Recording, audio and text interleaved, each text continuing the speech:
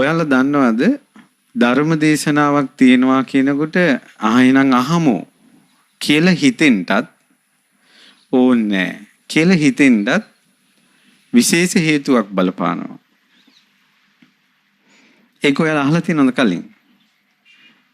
බුදුරජාණන් වහන්සේ ආනන්ද ස්වාමීන් වහන්සේගෙන් අහනවා ආනන්ද මේ ධර්මයේ දේශනා කරනකොට සමහර අයට හොඳට හිත පැහැදිලා අහගෙන ඉන්න හිතෙනවා. අහන්න හිතෙනවා. සමහර අයට ධර්මයේ දේශනා කරනකොට හරියන්නේ නැහැ, රුස්සන්නේ නැහැ. ඕව හරියන්නේ නැහැ කියලා හිතෙනවා. ආනන්ද මේකට හේතුව මොකද්ද? ස්වාමිනී භාග්‍යතුන් වහන්සේ තමයි අපගේ ධර්ම ස්වාමී. භාග්‍යතුන් වහන්සේ දේශනා කරන ධර්මයේ තමයි අපි දරාගන්නේ. එහෙනම් ආනන්ද කන් යොම අහන්න. ආනන්ද මම ඒ කාරණාව තේරෙන්න උපමාවක් කියන්නම්. ආනන්ද එක ගමක පිරිසක් ජීවත් වෙනවා යාළුවෝ ටිකක්. ඒකෙන් ඒ ගමෙන් එක යාළුවෙක් දුර ප්‍රදේශයකට යනවා. දැන් ගිහිල්ලා යා දුර ප්‍රදේශي තනි වෙලා. එයා එහෙ මොනවා හරි වැඩ කරනවා. කරනකොට මේ මිනිස්සුත් එක්ක සාමාන්‍යයෙන් කතා බහ කරනවා ඉන්නවා. කාලයක් ගියාට පස්සේ අර පරණ ගමෙන් යාළුවෙක් අර දුර බැහැර ඒ කෙනා ඉන්න පැත්තට යනවා. ওই දෙන්න මුණ ගැහෙනවා. මුණ ගැහිච්ච ගමන් මේ දෙන්න කතාවට වැටෙනවා. ඔයා කොහින්දලා දාවේ? එයා කියනවා මම මාතර. මේ මාතරනේ. මාතර කොහෙද? අහවල් පැත්තේ. හප්පේ අපිත් එහෙනේ. කියලා වෙන අයට වැඩි එයත් එක්ක කතා සල්ලාපේ වැඩි වෙනවද නැද්ද? එයාගේ කතාවට අවධානය යනවද නැද්ද? හේතුව කුමක්ද? ඒ දෙන්නම එකම ගමේ. ඔන්න උපමාව. පින්වත් මහ ආනන්ද ධර්මයේ දේශනා කරනට කන් යොමු කරන්න හිතෙන්නේ සසරේ ධර්මයේ අහලා තියෙන අයට.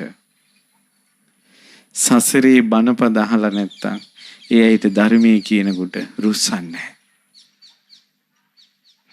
මේ ධර්මයේ කියනකොට ඔබ අද කන් යොමු කරගෙන ඉන්න එක සමහරවිට අද ඔබට යම් ප්‍රයෝජනයක් නොවෙන්න පුළුවන්.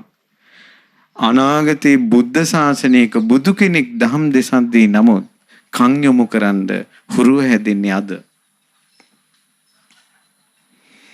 පින්වත් දරුවනේ පින්වතුනේ මේ සසර පුරුදු සංසාරයට යනවා. මේ පුරුදු ජීවිතෙන් ජීවිතයට යනවා. යහපත් දෙයක් අහනකොට මං ඇරුණොත් මං ඇර යනවනේ. එයාගේ සසරේ තියෙන කුසල් මං අරින එකමයි. අද කියලා දෙන දහම් කරුණු අතරින් අවසානයේ සාරාංශයක් විදිහට ඔයාලට ඒක තේරෙයි. ඔයාලටම තේරෙනවා. ඉතින් ඒ නිසා බනහන්ට හිතේ යම් කැමැත්තක් තියෙනවා නම් අහිංසක සතුටක් විඳින්න සංසාරේ යහපත් දේවල් වලට අපි සවන් දීලා තියෙනවා කියලා. ඊළඟට යම් කිසි කෙනෙකුට ධර්මය අහනකොට ඒකට කන් යොමු කරන්න හිතෙන්නේ නැත්තම් රුස්සන්නේ නැත්තම් ඔහු සංවේගයක් උපදව ගන්න ඕන. අහෝ සංසාරේ සත්‍ය වචනේට අපි කන් යොමු කරලා නැහැ කියලා. දැන් අපේ සසර පුරුදු හොඳටම එනවනේ කාගේ හරි ඕපාදූපයක් කියන්න බලන්න. මොකද්ද කියලා පොඩ්ඩක් කන යනවා මේ පැත්තට. සසරේ පුරුදු ඕපාදූපම අහලා. පුරුද්ද බණහද්දි උනත් එහෙමයි. මතකද බුදුරජාණන් වහන්සේගෙන් ධර්මය අහනකොට එක්කෙනෙක් බිම ඉරි ඇඳ හිටියා. තව එක්කෙනෙක් උඩ බලාගෙන. තව එක්කෙනෙක් වටපිට බලනවා. හරි කලබලයි. තව එක්කෙනෙක් හොඳට කන් යොමු කරගෙන අහනවා. බුදුරජාණන් වහන්සේගෙන් ආනන්ද ස්වාමීන් වහන්සේ අහනවා ස්වාමීනි මේ අය බණ ඇහුවේ එක එක විදිහටනේ. ආනන්ද දැක්කද සසරේ පුරුදු වෙන හැටි. ඔය බිම ඉරි ඇඳ හිටපු කෙනා බොහෝ කාලයක් මේ පොළොවේ පණුවෙක් වෙලා හිටපු කෙනෙක් කිව්වා. ජීවිත ගණනාවක්. ඔන්න ළඟ ඉන්න කෙනා ඉරි අඳිනවා නම් පොඩ්ඩක් එයා ගැන බලන්න. ආනන්ද අර වටපිට බලා හිටපු කෙනා සංසාරේ ගොඩාක් ජීවිතවල වඳුරු ජීවිතයක් ලබලා තිබ්බා. එහෙනම් යම්කිසි කෙල්ලෙක් මෙතන වටපිට බලා හිටියොත් එයා ගැන හිතන්න මෙයා කලින් ජීවිතේ ඊට පස්සේ උඩ බලාගෙන කෙනෙක් හිටියා. ඒ කාලේ නිමිති වෙලා නැකත් වෙලාවල් අහසත් එක්කනේ හොයන්නේ. එතකොට එයා ගොඩාක් කාලයක් නාසාස්ත්‍රත් එක්ක තාරකා ගණින්නෙක් විදිහට ඉඳලා ඒ පුරුද්දේ අදටත් බැලෙන්නේ උඩ. අර අනිත් කෙනා හොඳට බනහපු කෙනා සසරේ ගොඩක් ජීවිතවල තාපසෙක් වෙලා ඉඳලා. ඒ නිසා හිත ඒ කාර්මණකට එනවා. බනහනකොට තමයි ඔයාලගේ සසරේ එන්නේ. ටීවී බලද්දී සසරේ ඉන්නේ. උගන්වද්දී සසරේ ඉන්නේ. බනහද්දි තමයි එන්නේ. කලින් කොයි ජීවිතවලද හිටියේ කියලා. ඔයාලගේ සමහර ජීවිත අද ධර්ම දේශනාව ඇතුළත මට පුළුවන් ප්‍රමාණයක් විස්තර කරන්න. ඔයාලගේ ජීවිත ගැන අපි කලින් කොහේ ඉන්න ඇතිද කියලා Tamanටම තේරෙයි. පින්වත් දරුවනේ තේරුම් ගන්න බුද්ධ ශාසනේ මුළු මේ බුද්ධ ශාසනයට ව්‍යවහාරික වශයෙන් මේ ලෝක නීතියෙන් බුද්ධ ආගමට ඇතුල් වෙන්නේ උප්පැන්න සාතිකෙන් බුද්ධ ආගම නා. කවුරු හරි පංචශීල සමාදන් වෙලා මම බුද්ධ ආගම කියලා ප්‍රකාශයක් කළොත් එහෙම බුද්ධ ආගම වෙනවා. නමුත් ඇත්තටම බුද්ධ ආගම වෙන්නේ එහෙම නෙවෙයි. ශ්‍රද්ධාවෙන් කිව්වේ නැතත් මේ බුද්ධ ශාසනේ බුද්ධං සරණං ගච්ඡාමි කියන වචනේ නොකියලා කටින් කියන්නේ නැතුව නමුත් සෝහං වෙච්ච අය දහස් ගණක් ඉඳලා තියෙනවා. මම එහෙම කියන්නේ කොහොමද?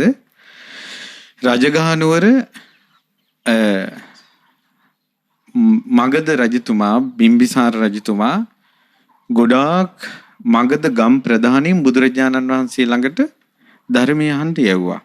ඒ ධර්මය අහන්න යවපු පිරිසගෙන් බොහෝ දෙනා 11 කියලා ඒ කාලේ ගණන් කරන ක්‍රමයක් සෝහං වුණා.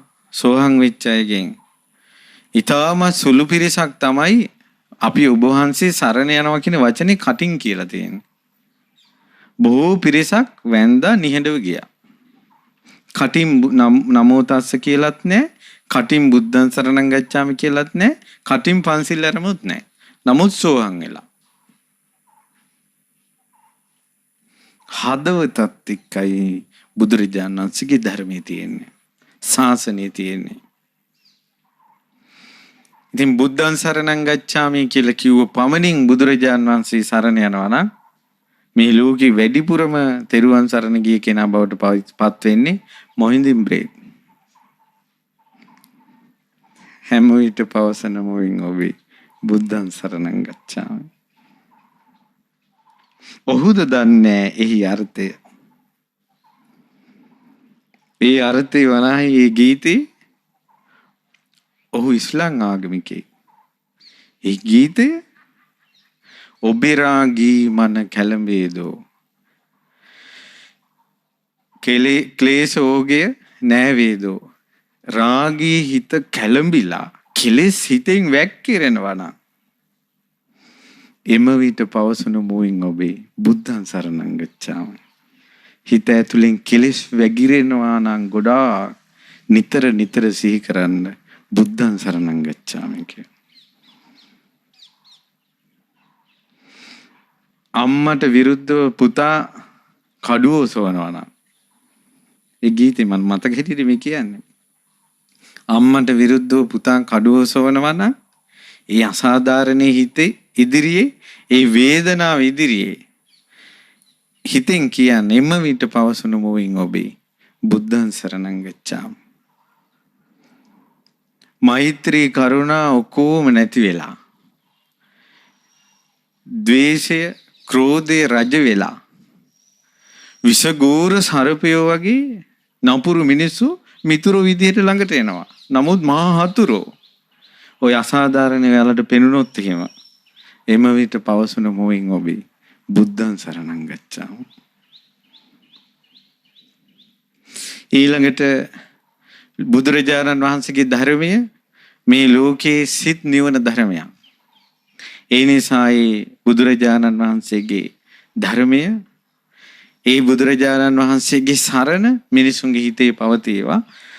දන තුඩ රැවුදේවා. හැම කෙනාගේම මුවෙන් පිට වෙන්න ඕන බුද්ධං සරණං ගච්ඡාමි. ඒකේ අර්ථය. ඒ සින්දුවේ හදපු කෙනා හොයා ගන්න ඕන. එහෙම ශ්‍රද්ධාවක්, එහෙම පැහැදීමක් කියපු කෙනා නෙවෙයි, හදපු කෙනා. ඇයි සිතවිල්ල ආවේ යාටනේ? අපිට ආවේ නෑනේ. හැම අසාධාරණයක් ඉදිරියේම බුදුරජාණන් වහන්සේ සිහි කරන්න ඕන කියනවා. ඒ නිසා ශ්‍රද්ධාව කියන එක තියෙන්නේ වචනවල නෙවෙයි, හදවතේ. හදවතේ තියෙන ශ්‍රද්ධාව බාහිරට පේන ක්‍රම තුනක් තියෙනවා. නොපෙනී තියන්නේ පේනවා. කොහොමද පේන්නේ? බුදුරජාණන් වහන්සේ වදාළා ක්‍රම තුනකින් ශ්‍රද්ධාව පේනවා. ඒ තමයි සීලවතෝ දස්සන කාමෝ, සිල්වතුන් දකින්න ආසයි. සංඝය දකින්න ආසයි. පත්තර කැලකුණත් හාමුදුරුවෝ ලස්සනට වඩිනවා දැක්ක ගමන් බලනවා. සංඝය දකින්න ආසයි. දැන් මොහොතක් බලන්න, ඔයාලා මුළු දවසේම ගත කරනකොට මේ පේන ලෝකේ ඇවිස්සුන හිත් තියෙන කොල්ලෝ කෙල්ලෝ එහෙම දුවනවා. ඒ අතර තමයි ওই ගිහි ජීවිතේ එපා කියලා අතෑරලා මහාන වෙච්ච හාමුදුරනවා පේන්නේ ඒ අතරින් කලාතුරකින්. දුර්ලභ දර්ශනයක් දකින්න. පැහැදෙනවා. සීලවතෝ දස්සන කාමෝ, සංගරුවන දකින්න ආසයි. හාමුදුරනම පැවිදි වෙන්නේ ඒ කාම ජීවිතේ, කෙලෙස් ජීවිතේ එපා කියලා. නාන්සලට වෙනම ජීවිතයක් තියෙනවා. බුදුරජාණන් වහන්සේගේ ශ්‍රාවක දරුවෝ අම්මාද තාත්තාද මේ කසාවතට වඳිනවා. බොහෝ දෙනා දම්පැන් දීලා පින් කරගන්නවා, සාදුකාර දෙනවා. ඒ ස්වාමීන් වහන්සේලා දහම් දෙසද්දී ඔබ මේ විදිහට අහගෙන ඉන්නවා. ඒ වාගේ හාමුදුරු නමකට කවුරු හරි හිතෙන් ආසාවක් කළොත් නරක විදිහට පෞසිත වෙනවා. පෞසිත වෙනවා. මේ කසාවත ගෘහ ජීවිතයේ අත්හැරීමේ සංකේතයයි. සිවුරකට කවුරු හරි නරක හිතක් ඇති කරගත්තොත්, කෙලෙස් හිතක් ඇති කරගත්තොත්, මම කියන්නේ සමහර වෙයි පන්සල් වල තරුණ හාමුදුරුවෝ හිටියට පස්සේ ගමේ කෙල්ලෝ එක එක විකාර දාලා හාමුදුරුවෝ සිවුර අරව ගන්නවානේ. සංසාරිට කසාවතක් දකින්න ලැබෙන්නේ නැහැ. බුදුරජාණන් වහන්සේගේ පුත්‍රයෙක් චුත කිරීමේ පාපය. ශ්‍රද්ධාවන්ත කෙනාට හාමුදුරු නමක් ගැන නරක හිතක් එන්නේ. නරක හිතක් එන්නේ. එහෙනම් භික්ෂුවක් ගැන නරක හිතක් ආවොත් ඉතින් ප්‍රශ්නයක් දාන්න නුඹට සද්ධාව තියනවද? සීලවතු දස්සන කාමෝ, සිල්වතුන් ගුණවතුන් දකින්ට ආසයි. ඇත්තරම සිල්වතුන් ගුණවතුන් දකින්න, සිල්වතුන් ගුණවතුන් ඇසුරු කරන්න ආස කරන්න. ඔබ පිරිසක් එක්ක ඉන්නකොට සිල්වත් අයත් එක්ක නෙවෙයි ඉන්නේ, ගොඩක් අය දුස්සීලයි. පන්සිල්වත් රකින්නේ. බස් එකකට ගොඩ වුණාම ඒ බස් එකේ ඉන්න මිනිස්සු පන්සිල්වත් රකින්නේ. කඩේකට ගියත්, පාරේ ගියත්, කොහේ ගියත් හැමදාම අපේ ජීවිතේ ගෙවෙන්නේ දුස්සීලයත් එක්ක. අපිට නම් වාසනාව, අපි භික්ෂුන් වහන්සේලා අපේ ජීවිතේ වැඩිපුර ගෙවෙන්නේ සිල්වතුන් එක්ක. වාසනාව. දකින්ට ආස කරන්න සිල්වතුන් ගුණවතුන්. ඒක හිතේ කැමැත්තක් තියෙනවා නම් ඒක ශ්‍රද්ධාවේ ලක්ෂණයක්. මම විදේශ ධර්ම ප්‍රචාරයේ ගිය වෙලාවක සිංහල දන්නේ නැති ළමයි පිටිපස්සට වෙලා අහගෙන ඉන්නවා. ගොඩක් වෙලා පැය දෙක තුන අහගෙන ඉන්නවා රෙට් වෙලා. ඊට පස්සේ ළමයන් අහන්නේ ළමයාට කියන සිංහල තේරෙන්නේ නැහැ. එහෙනම් ඇයි මේ ඉන්නේ කියලා අහනකොට අහසයිලු බලාගෙන ඉන්න. ස්වාමීන් වහන්සේ නම බණ කියන හැටි. ඒකටම එනවා. කර්ම දෝෂයකට වෙන જાතියක ඉපදුනාට භාෂාව නොදන්නා වුණාට හිත ඇතුලේ ඉන්ද්‍රිය වැඩ කරනවා. සීලවතු දස්සන කාමෝ. දෙවෙනි එක සද්ධම්මං සෝතු මිච්ඡති. ශ්‍රී සද්ධර්මය අහන්ට ආසයි. බණ අහන්ට ආසයි. බණ විහිළු නෙවෙයි. විහිළු කතා කුණුහරුප ඒවා නෙවෙයි. ශ්‍රී සද්ධර්මය අහන්ට ආසයි. ජීවිතේ හදාගන්න තමන්ව පේන දහමක් අහන්න ආසයි. ධර්මය අහන්න ආසා බව ශ්‍රද්ධාවේ ලක්ෂණයක්. මං අරින එක අසද්ධාවේ ලක්ෂණයක්. එතකොට බණ අහනකොට සමහර අයට ටිකක් මං අරින තව එකේ සමහර වෙලාවට හේතු ගන්නවා යාලා. ඒ තමයි අපිට බණ ඇහුවට මතක හිටින්නේ නැහැ. සිලබස් එක හොඳට මතකයි. බණ මතක නැහැ. ඒ වුණාට දැන් ඔයාලා ඉගෙන ගන්න වයස නිසා ඔයාලට ලොකු තේරුමක් නැහැ. නමුත් අපිට තියෙන දෙයක් තමයි අපිට ඒ කාලේ ඉස්කෝලේ උගන්වපුව මතක නැහැ. දැන් ඇත්තම කොටින්ම කිව්වොත් සිලබස් අට උගන්වපු ගුරුවරුන්ට දෙනත් මට මතක නැහැ. අපේ හිතට ගිය ගුරුවරු මතකයි. සිලබස් අට උගන්වපු අය මතක මන්දි. නමුත් ඒ අතීතේ අමතක වුණාට ඒ අතීතෙන් නේද වර්තමානයේ මා බිහුනේ. ඒ නිසා අහන බණ අමතක වුණාට අසන ධර්මයෙන් තමයි බුදුරජාණන් වහන්සේගේ ශ්‍රාවකයා බිහි වෙන්නේ. බණ මතක තියෙන එක වෙනම එකක්. බණ අහන එක වෙනම එකක්. බණ මතක තියෙන එක නෙවෙයි ශ්‍රද්ධාවේ ලක්ෂණේ. බණ අහන්න තියෙන කැමැත්ත ශ්‍රද්ධාවේ ලක්ෂණේ. සද්ධම්මං සෝතු මිච්ඡති. විනය්‍ය මච්චරේ මලං. මසුරු මල දුරු කරන එක ශ්‍රද්ධාවේ ලක්ෂණය. දැන් මේ තුනම කියන්නේ පාඩමක් නෙවෙයි විභාගෙට නෙවෙයි. ඔබ දෙස බලන්න. මම සද්ධාවන්තයෙක්ද මම බුදුරජාණන් වහන්සේගේ සැබෑ ශ්‍රාවකයෙක්ද කියලා ඔබ දෙස බැලීම පිණිසයි. දන් දීමට ආසද කියලා බලන්න. අත්හරින්න ආසද කියලා බලන්න. දන් දෙන්න ආස බව ශ්‍රද්ධාවේ ලක්ෂණය. දානේ කියන්නේ හරි පුදුම එකක්. දානේ විපාක හරි පුදුමයි. ඔයාලා ගොඩක් කැමතිනේ වර්තමාන ලෝකයේ දියුණු ලෝකේ ගැන අහන්න. දියුණු ලෝකේ කතාවක් කියනවා. දන් දෙන කෙනාට ලැබෙන විපාක තමයි ආයුෂ, වර්ණ, සැප, බල, අධිපති භවය නැත්නම් පටිභාන ශක්තිය හම්බ වෙනවා. කල්පනාව නුවණ. දන් දීමේ පින අසිරිමත් විදිහට විඳින ස්ත්‍රියක් ඉන්නවා මනුස්ස ලෝකයේ අදටත්. කවුරු වගේද හිතෙන විදිහට? එලිසබෙත් මහරජිනිය.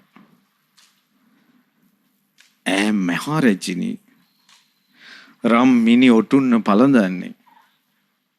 අතේ රං මංජුසාව අතේ තියාගෙන සභාව අමතන්නේ. රං මැණික් ඔබ්බපු යෂ්ටි අතේ තියාගෙන සභාව අමතන්නේ. අදටත් ඉන්නවා. රජකමටපත් වෙලා දැන් රාජ්‍ය වර්ෂ රජකමටපත් වෙලා අවුරුදු 70යි. 70ටත් වැඩි. ඇගේ ආයුෂ අවුරුදු 96යි. තවම රජ. සුද්දන්ගේ තියෙන කූට උපක්‍රම සුද්ද කියපු ගමන් ඉංග්‍රීසිය ඉගෙන ගන්න ඔයාලට රිදී දන්නෙත් නැහැ. සුද්දන්ගේ තියෙන කූට උපක්‍රම වලින් සුද්දන්න පුළුවන් ඕන එකක් පෙරලන්න, කැරලි ගහන්න, අනිත් පැත්ත හරවන්න, මිනිස්සු කලබන්න. එහි සුද්දන්ගේ ලෝකේ කිසි කෙනෙකුට රජිනි අයින් කරන්න හිතෙන්නේ නැහැ. ඇගේ පිම්බලේ. ඕස්ට්‍රේලියාවේ ළඟදී ජනමත විචාරණයක් තිබ්බා. ඕස්ට්‍රේලියාව ස්වාධීන කරනවද රජිනිගේ යටතේ තියනවද කියලා. වැඩි ඡන්ද රජිනිගේ යටතේ තියෙන විදිහට. ඕස්ට්‍රේලියාව සහිත බ්‍රිතාන්‍යයට යටත් සියලුම විජිතවල සෑම පුරවැසියෙක්ම රජිනි වෙනුවෙන් බදු ගෙවනවා. බ්‍රිතාන්‍යයට යටත් සියලු රාජ්‍යවල තීරණ ගැනීමේ 50%ක බලය තියෙන මහරජිනියට ඈ ස්ත්‍රියක්.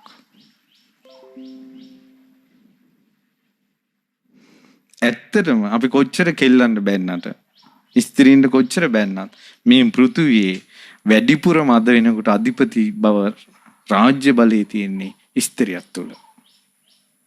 කුමකද විපාකේ? පිනක විපාකේ. දන් දීලා සිංගාකකා හෝ සසරේ දන් හැන්දක් රහතන් වහන්සේ නමකට බෙදලා දානේ විපාක. ඊට පස්සේ තව තියෙන දානේ විපාක. දැන් මම ඔය නිකන් මහරජිනී සරණ යන්න කියවනේ උපමාවක් කිව්වේ. ඊට පස්සේ පිනේ විපාක. ආයුෂ වැඩි. අපේ රටේ දත්තකට කාලා කොහොම රජකමටපත් වෙලා අවුරුදු 5න් ගෙදර. මහරජිනී දැන් අවුරුදු 70යි. පිනේ විපාක. මහරජිනීගේ පවුලේ ගොඩාක් ස්ත්‍රීන් දරුවෝ වදද්දී දරුවන් ඉපදෙද්දී මැරිලා තියෙනවා. දරුවෝ වදද්දී මැරිලා තියෙනවා. ඒ මහරජිනීගේ පවුලේ. නමුත් මහරජිනිය දරුවන් 5 දෙනෙක් හදලා තියෙනවා.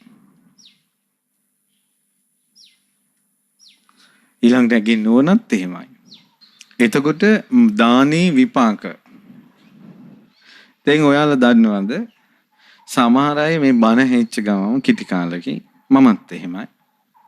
බණ හෙල කිටි කාලෙකින් මට ඉක්මනට මහාන වෙන්න හිතුණා. ඉක්මනට මහාන වෙන්න හිතෙන්නේ ඇයි කියලා දන්නවද? සංසාරේ රසයට දන් දුන්න අයට ඒකෙන් ලැබෙන විපාකයක් තමයි ඉක්මනට පංචකාමයේ අත්තරින්න පුළුවන්.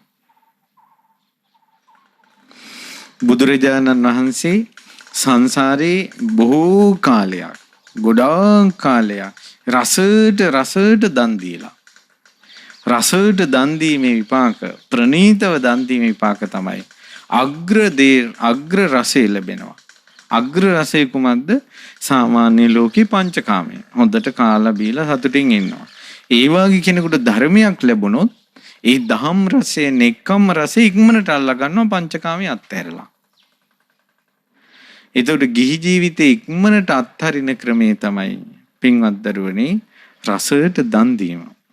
ඒ නිසා මේ ජීවිතේ මහාන වෙන්න බැරි වුණත් සත්පුරුෂයෙක් ළඟ අනාගත ජීවිතයක හරි කසාවතක් දරාගෙන කෙලෙස් දුරු කරන කැමැත්තක් හරි තියෙනවා නම් රසයට දන් දෙන්න පුරුදු වෙන්න. ඒ රසයට දන් දීමේ විපාක. එතකොට ඔන්න ශ්‍රද්ධාවන්ත කෙනාගේ ලක්ෂණ කීයක් තියෙනවද බාහිරට පෙනෙන? කීයක්ද? ඇහෙන්නේ 3යි. පළවෙනි එක මොකද්ද? ඇහෙන්නේ. සිල්වතුන් දකින්ද කැමැති. දෙවෙනි එක ශ්‍රී සද්ධර්මය අහන්න කැමැති. ඊළඟට එක දන් දෙන්න කැමැති.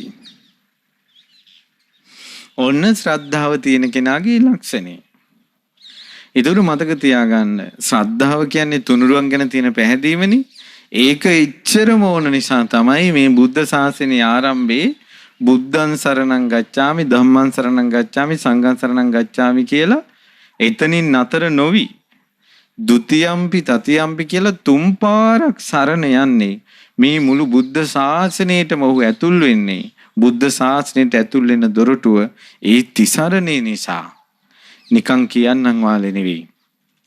ඒ තිසරණ සරණ හිතට ගියාට පස්සේ පින්වත් දරුවනේ එයාගේ මුළු ජීවිතේ සෑම ප්‍රශ්නයකදීම සරණ එනවා ඉස්සරහට. සරණ කියන එක තුනුරුවන් සරණින් ජීවිතේ පිහිට පිළිසරණ හදාගන්නේ කොහොමද කියලා වර්තමාන දරුවෙකුගේ උදාහරණයක් කියන්න. ළඟදීන් ගෑනු ළමෙක් ලියුමක් කියවලා තිබ්බා. අපි අසපුවට මේ පාර දැන් පෙබරවාරි මාසේ මහමෙවුනාවේ මහමෙග පත්තරේට ලිපිය ඇතුළත් කරන්න කියලා අපි කිව්වා. ඒ කෙල්ල ලියලා තියෙනවා මෙහෙම. ඒ තමයි මේ කෙල්ල මේ පොඩි කාලේ අවුරුදු 14 15 වෙනකොට මේ කෙල්ලට කවුරු හරි ෆෝන් එකක් කරන් දීනවා. ඊට මේ කෙල්ල ෆෝන් එක ඔබනවා. ඒ ෆෝන් එක ඔබනකොට නරක වීඩියෝ එනවා. ඒවත් මේ කෙල්ල බලනවා. ඉතින් මේ කෙල්ල ටිකක් නෙවෙයි නරක් වුණා. ඊට පස්සේ අවුරුදු 15 වෙනකොට මේ කෙල්ලට මේ කකුලේ කුෂ්ඨයක් ආවා. දැන් කුෂ්ඨය හැදිලා මේ වැඩි වෙනවා සුව වෙන්නේ නැහැ. ඉංග්‍රීසි බෙහෙත් කළා සිංහල බෙහෙත් කළා. ඊට පස්සේ මොකද උනේ? කුෂ්ඨය වැඩි වෙලා යටිපතුල් උඩුපතුල් සම්පූර්ණ කකුර පුරාම බිබිල් දාලා ඕජා වැගිරුණා ගඳ ගන්න ගත්තා. මේ අවුරුදු 15න් උඩ කෙල්ලෙක්. ඉතින් මූණ ලස්සනට hina වෙන අය ළඟට ඇවිල්ලා ගඳටයි කකුලේ තුවාලෙටයි කකුල් දෙකේ අහක බලාගෙන යනවා. ගොඩාක් අය ළඟට එන්නේ hina වෙන්නේ අපේ හැම හොඳට තියෙනකම්. ගොඩාක් අය අපිට ලං වෙන්නේ hina වෙන්නේ හැම හොඳට තියෙනකම්. මේ හැම වනාහි මුළු ශරීරේම හැම ගලවලා එක තැනකට ගත්තොත් දෙහි ගෙඩියක් තරම්. මුළු ශරීරේම හැම ගලවලා ගුලි කළොත් දෙහි ගෙඩියක් තරම්. ඕකට තමයි ලෝක සත්‍යය ආසා. ඔය හැමද තමයි ලෝක සත්‍යය පෙරේත. ඊට පස්සේ දැන් කෙල්ලගේ කකුලේ ඕජාව ගන්නවා. සුව වෙන්නේ නැහැ. අවුරුදු 6ක් බෙහෙත් කළා. එතකොට දැන් කෙල්ලට වයස අවුරුදු 21යි. අවුරුදු 20 දී මම දවසක් ගෙදර පොයි දවසේ බණක් දාලා තිනකොට හාමුදුරනමක් කියලා තියෙනවා අද කාලේ මිනිස්සු බණ අහන්න වෙලාව නෑ කියනවා. ඉතින් ෆෝන් එකෙන් හරි අහන්න පුළුවන් නේ. අනේ මේ කෙල්ලට මේක වැදුණා. මේ කෙල්ල අර නරක වීඩියෝ බලන අතරේ බණ එකටත් ගියා. අපේ ඔළුවේ channel වෙනස් වෙන්න මේ පොඩ්ඩක් ටච් කරන්න විතරනේ තියෙන්නේ. ඒතර ෆෝන් එකේ channel එකත් වෙනස් වෙනවා. ඔළුවේ channel එකත් වෙනස් වෙනවා. ඊට පස්සේ මේ කෙල්ලට මේ බණ ටික හොඳට හිතට ගියානේ. කෙල්ලටම හරියන බණ ටික ආවා. මහා මෙවුනයි ස්වාමීන් වහන්සේ නමක්ගේ දේශනාව අහන්න ආසයි හිතුණා. ඒකේ තියෙනවා පිංගතුනි ආර්යයන් වහන්සේලාට උතුම් අයට උපවාද කළොත් ඒකේ විපාකයක් විදිහට චර්ම රෝග එනවා. මේ කෙල්ලට මේක හිතට ගියා. දැන් සුව වෙන්නේ නැහනේ. ඉතින් බණ අහනවා. අහන අතරේ දවසක් ගමේ පන්සලේ චෛත්‍ය හදන එකට මේ කෙල්ල මොකද කළේ? ගඩොල් කපන්න බාරගත්තා. ගඩොල් ගේන්න, ගඩොල් පූජා කරන්න. ගඩොල් හොයාගන්න බැරි වුණා. මේ කෙල්ල කට්ටියට කිව්වා අපි ගඩොල් කපමු. පස් කැපුවා. පස් වලට වතුර දැම්මා. අර අහපු බණපදේ හිතට ආවා. ආර්යයන් වහන්සේලාට උපවාද කළා ඇති කියලා. ඒ කෙල්ල හිතුවා මං සංසාරේ කවුරු හරි උතුම් කෙනෙකුට බුද්ධ රත්නයට ධර්ම රත්නයට සංඝ රත්නයට සෑයකට බෝධියට මවට පියාට ගුරුවරයෙකුට මගෙන් උපවාදයක් වෙලා තිබෙනවා නම් තියෙන පියවරක් පාසා කර්මයේ ගෙවේවා ඒ පාපේ ගෙවේවා කියලා මැටි පෑගුවා. තුවාල වෙච්ච කකුලෙන් දවසේම මැටි පෑගුවා. මේ අද කාලේ කෙල්ලෙක් අවුරුදු 21 කෙල්ලෙක්.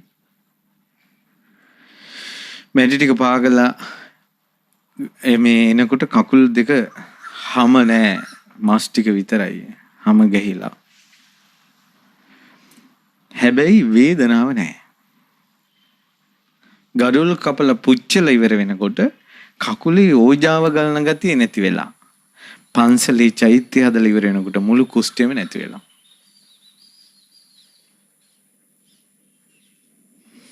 ඇය සූපත් කළේ තිසරණේ. බුදුරජාණන් වහන්සේ තිබ්බ පැහැදීම, ඒ බණපදයට තිබ්බ පැහැදීම, ඒ ධර්මයේ කියපු සංඝයාට තිබ්බ ගෞරවය. ඒ ගෞරවෙත් එක්කනේ පිළිගත්තේ. ඔය වගේ සුව වෙන්නේ නැති රෝගවලින් කොයිතරම් සමහර දූලම් පුතාලා දුක් විඳිනව ඇතිද? විසඳා ගන්න ක්‍රමේ නොදන්නා නිසා. ඒකයි මේ තිසරණේට ගිය කෙනෙකුට පිහිට තියෙනවා තමන් ළඟම. බුද්ධං සරණං ගච්ඡාමි ධම්මං සරණං ගච්ඡාමි සංඝං සරණං ගච්ඡාමි කියලා සරණට එන්නේ අසරණ වෙන්න නෙවෙයි.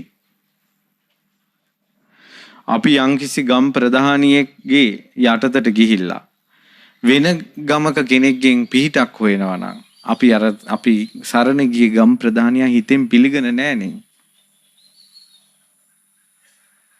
තමන්ගේ තාත්තා ගොඩාක් ධනවත්වති ඉඳිද්දී දරුවෝ හිඟා කනවනම් ඔහු තාත්තගේ සරණ ලබන්නේ නෑනේ. දෙවියන් බඹුන් වැඳ වැටෙන බුදුරජාණන් වහන්සේගේ ශ්‍රාවකයෝ වෙලා දේවාල ගානේ එහි මෙහි රිංගා පොල් ගගා පඳුරු ගැට ගගා පිහිට හොයනවා. සරණ තියෙද්දී ඔය විතරක් නෙවෙයි කෙල්ල ජයගත්ත ජයගැනිල්ල ඒ කෙල්ලට තව ප්‍රශ්නයක් තිබිලා තියෙනවා. ඒ තමයි මේ ෆෝන් වලට එහෙම වැඩිපුර ඇබ්බැහි වෙලා තියෙන ඒ නිසා. ඒ කෙල්ල දන්නේ නැහැ මේ සිද්ධිය. ඒ කෙල්ල වැඩි වියටපත් වුණාට පස්සේ ටික දවසක් යනකොට ඒ කෙල්ලගේ ඇඟට බර ගතියක් ඇවිල්ලා. ඊට පස්සේ නිින්ද යන ගතිය වැඩි. මම හිතනවා ගෑනු ළමයි 10 දෙනෙක් ගත්තොත් 2-3 දෙනෙකුටවත් අනිවාර්යෙන් මේ ප්‍රශ්නේ තියෙනවා. ඒ ප්‍රශ්නේ ඇති වෙන්නේ යා වැඩි වියටපත් වීමත් සමග. ඊට පස්සේ ඇඟ බර ගතිය එනවා, නිදා ගන්නට වැඩිපුර යනවා. වැඩිපුර තරහ යනවා. පොඩ්ඩට තරහ යනවා. මූණ අඳුරුයි. සාමාන්‍යයෙන් තරුණ දූල පුතාලා වෙනකොට ඒ ළමයිගේ ඉස්සර තිබ්බ මූණ වල තෙල් ගතියක්, තරුණකම. දැන් ගොඩාක් අයගේ තරුණ ගතියක් නැහැ. අපි වෙලාවකට කොල්ලෝ දැක්කම අයියේ කියලා කතා කරනවා. 18යිලු වයස. මෑණියනි මෙහෙන්දි කියලා කතා කරනවා. 17යිලු කෙල්ලට වයස. අපිට පේන්නේ අම්මලා වගේ. තරුණකම නැහැ. ඒතර මූණේ අර එයාගේ ශරීර ඕජාව නැති ගතියක් ශරීරේ තියෙනවා. ඊට පස්සේ දැන් මේ කෙල්ලගේ ඇඟ ගොඩක් බර වෙනවා. සමහර දවස්වලට දැනිලා තියෙනවා කෙල්ලට කළු පාට ඡායාවක් වගේ ඇවිල්ලා ඇඟට ඇතුල් වෙනවා. මේ කෙල්ලට හිතනවා කවුරු හරි මෙයාගේ ඇඟ පාවිච්චි කරනවා කියලා. ඒකට ඉස්සර මිනිස්සු කිව්වා කළු කුමාර දෝෂය කියලා. අපි ඒව විශ්වාස කළේ නෑ. මම පවා. ඇයි අද කාලේ කෙල්ල ගොඩක් හොඳට ඉන්නවනේ. ඔය මොන උත්සවත් නෑ, නෑවිලිත් නෑ, ගේ මුල්ලේ තිබිල්ලෙත් නෑ. ඉස්සර මිනිස්සු ගේකින් ගේකට වැඩි වියටපත් වෙලා මාස කිහිපයක් යනකල් ගේකින් ගේකට යන්න දෙන්නේ නැහැ. කොණ්ඩේ ඇණයක් ගහනවා. ඊළඟට අඳුර වෙලා එහෙම යන්න දෙන්නේ නැහැ. හන්දි වල ඉන්න දෙන්නේ නැහැ. අඳුර වැටෙන වෙලාවෙ දිය කඩਿੱත්තේ තනියෙන් නාවන්න දෙන්නේ නැහැ. ඉතින් දැන් කෙල්ලෝ ඔක්කොම කරනවානේ. ඉතින් මේ ඉස්සර අයගේ විකාර කියලා මමත් හිතුවා. නමුත් දැන් ලොකු ප්‍රශ්නයක් තියෙනවානේ. ඒ තමයි දැන් තරුණ ජෝඩු වලට තියෙන ලොකුම ප්‍රශ්නේ තමයි දරුවන් නැති බව. අර දෝෂේ ආවට පස්සේ අර ওই ගෑනු ළමයාගේ විස්තරය කිව්වේ ඒ දෝෂේ කියන්නේ පින්වත් දරුවනේ කාම ප්‍රේතෙක් ඒ ඔය කියපු නම. ඒ නමින් දහස් ගණක් ඉන්නවා. ඒ අර වැඩි වියටපත් වෙන ගෑනු ළමගේ ශාරීරික සැරටත් එක්ක ආකර්ෂණය වෙනවා. ඒ ඇඟවල් පාවිච්චි කරනවා. නොපෙනෙන බලවේගයක් නිසා Tamanට දැනෙන්නේ නැහැ. දැනෙන්නේ ඇඟ බර ගතියයි, නින්දයි, තරහා යන එකයි, මූණේ අඳුරයි. විශේෂයෙන් බන කියනකොට නිදි කිරා වැටෙන ගතිය. ඒ වයනවා. ඊට පස්සේ මොකද වෙන්නේ? අරකට පුරුදු වුණාට පස්සේ, විවාහ වුණාටත් පස්සේ අර ඇඟේ ඇතුලේ දරු කල්ලියකට හැදෙන දරු බීජ ඔහු විනාශ කරනවා, නැත්තම් කනවා. ඒ නිසා සාමාන්‍යයෙන් දරුවෙක් නැහැ කියනකොට යම් පවුලක පළවෙනි විසඳුම එතෙන්ට දෙන්න ඕන. ඒ දෝෂය අයින් කරන එකට. මේ කෙල්ලට දැනිලා මම මේ ප්‍රසිද්ධිය කියන්නේ ඇයි? කාට හරි පිහිටක් වෙනස. ඔය ගෑනු ළමගේ ලියුමෙන් පස්සෙමයි ඔක මම කියන්න ගත්තේ. මම ඔක සමහර දේශනාවල පොදුවේ කියලා කිහිප විටක ආවට පස්සේ මේන් එනවා පොලිමට අම්මලා දූලා ගෙන්නගෙන. අපි දුවට මෙහෙම ප්‍රශ්නයක් වෙලා මං ඕවා මට කියන්න එපා. මං ඕවා දන්නේ නැහැ. මම ලියුම කියෙව්වේ. මට කලු කුමාරයා මුණ ගැහිලත් නැහැ. අඳුරන්නේ නැහැ. අපේ පරම්පරාවේ ඥාතියකුත් නෙමෙයි අපේ වාසගමත් නැහැ. ඊට පස්සේ මොකද උනේ මේ කෙල්ල ඉතිවිසෝ ගාතාව හිතන්න හදන වෙලාවට බෑ. ඊට පස්සේ කෙල්ල මොකද කළේ මේ දැන් අඟ බර වීගෙන අර එනවනේ ඊළඟට තමයි අඳුරු කාමරේ අඳුරු කරගන්න කැමති. කාමරේට ගිය ගමන් කර්ටන් දානවා. අර එළියට ආස නෑ යා. අඳුරට ආසයි. ඊට පස්සේ මේ කෙල්ල දැන් මොකද කළේ ෆෝන් එකේ ඩවුන්ලෝඩ් කරගත්ත රතන සූත්‍රය. ඉතින් අර ඇඟට අමාරුවක් වගේ දැනෙනකොට රතන සූත්‍රය දානවා. දානකොට එහෙම නැති වෙලා යනවා. දවසක් මොකද උනේ රතන සූත්‍රේ මේ දාගන්න බැරි වුණා මෙයාට. ඔන්න ඇඟ පර නැතුන් එහෙම ඇඳට වැටුණා යා. මේ වෙලාවේ මෙයාට සිහි කල්පනාව ආවා. දැන් ඇඟට බරගතිය දැනෙනවා. මෙයා බණක් අහලා තිබ්බා. මං කියන්නේ ධර්මයෙන් සරණ තියෙන්නේ. ඒ තමයි තියෙනවා උදේ ජාතක කියලා ජාතකයක් බුදුරජාණන් වහන්සේගේ ජීවිතේ. ඒ උදේ කියන රජුරෝ තමන්ගේ බිසවත් එක්ක එක ඇඳේ අවුරුදු 700ක් ඉන්නවා බ්‍රහ්මචාරීව. එක ඇඳේ අවුරුදු 700ක් නිදාගෙන හිටියා සෑම රාත්‍රියකම. ඒ තමන්ගේ බිරිඳගේ අතින්වත් ස්පර්ශ කළා නෑ බ්‍රහ්මචාරිය. ඇයි යසෝදරා මේ කෙල්ල හිතුවා මගේ බෝධිසත්වයෝ යසෝදරාව සමග සංසාරේ බ්‍රහ්මචාරීව අවුරුදු 700ක් එක යහනේ සැතපුණ බව සත්‍යයක් නම් ඒක සත්‍යයක් නම් මේ දෝෂෙ මට නැති වෙන්න ඕන කියලා දැඩිවම හිතුවා අවංකව මේකෙන් ගැලවෙන අදහසින්. කොලයකට ගිනි කූරක් ගැහුවට පස්සේ කොලේ පිච්චෙනවා වගේ ඇඟ ඇතුලේ මොකද්ද පිච්චිලා යනවා වගේ දැනුණා. අද වෙන්නක්වත් අර ප්‍රශ්නේ නෑ. ඒ කෙල්ල නිදහස් වුණා. තොවිල් නැතුව, දෙහි කපන් නැතුව, කට්ටඬියෝ නැතුව, දේවාල් නැතුව ප්‍රශ්නේ නිදහස් වුණා.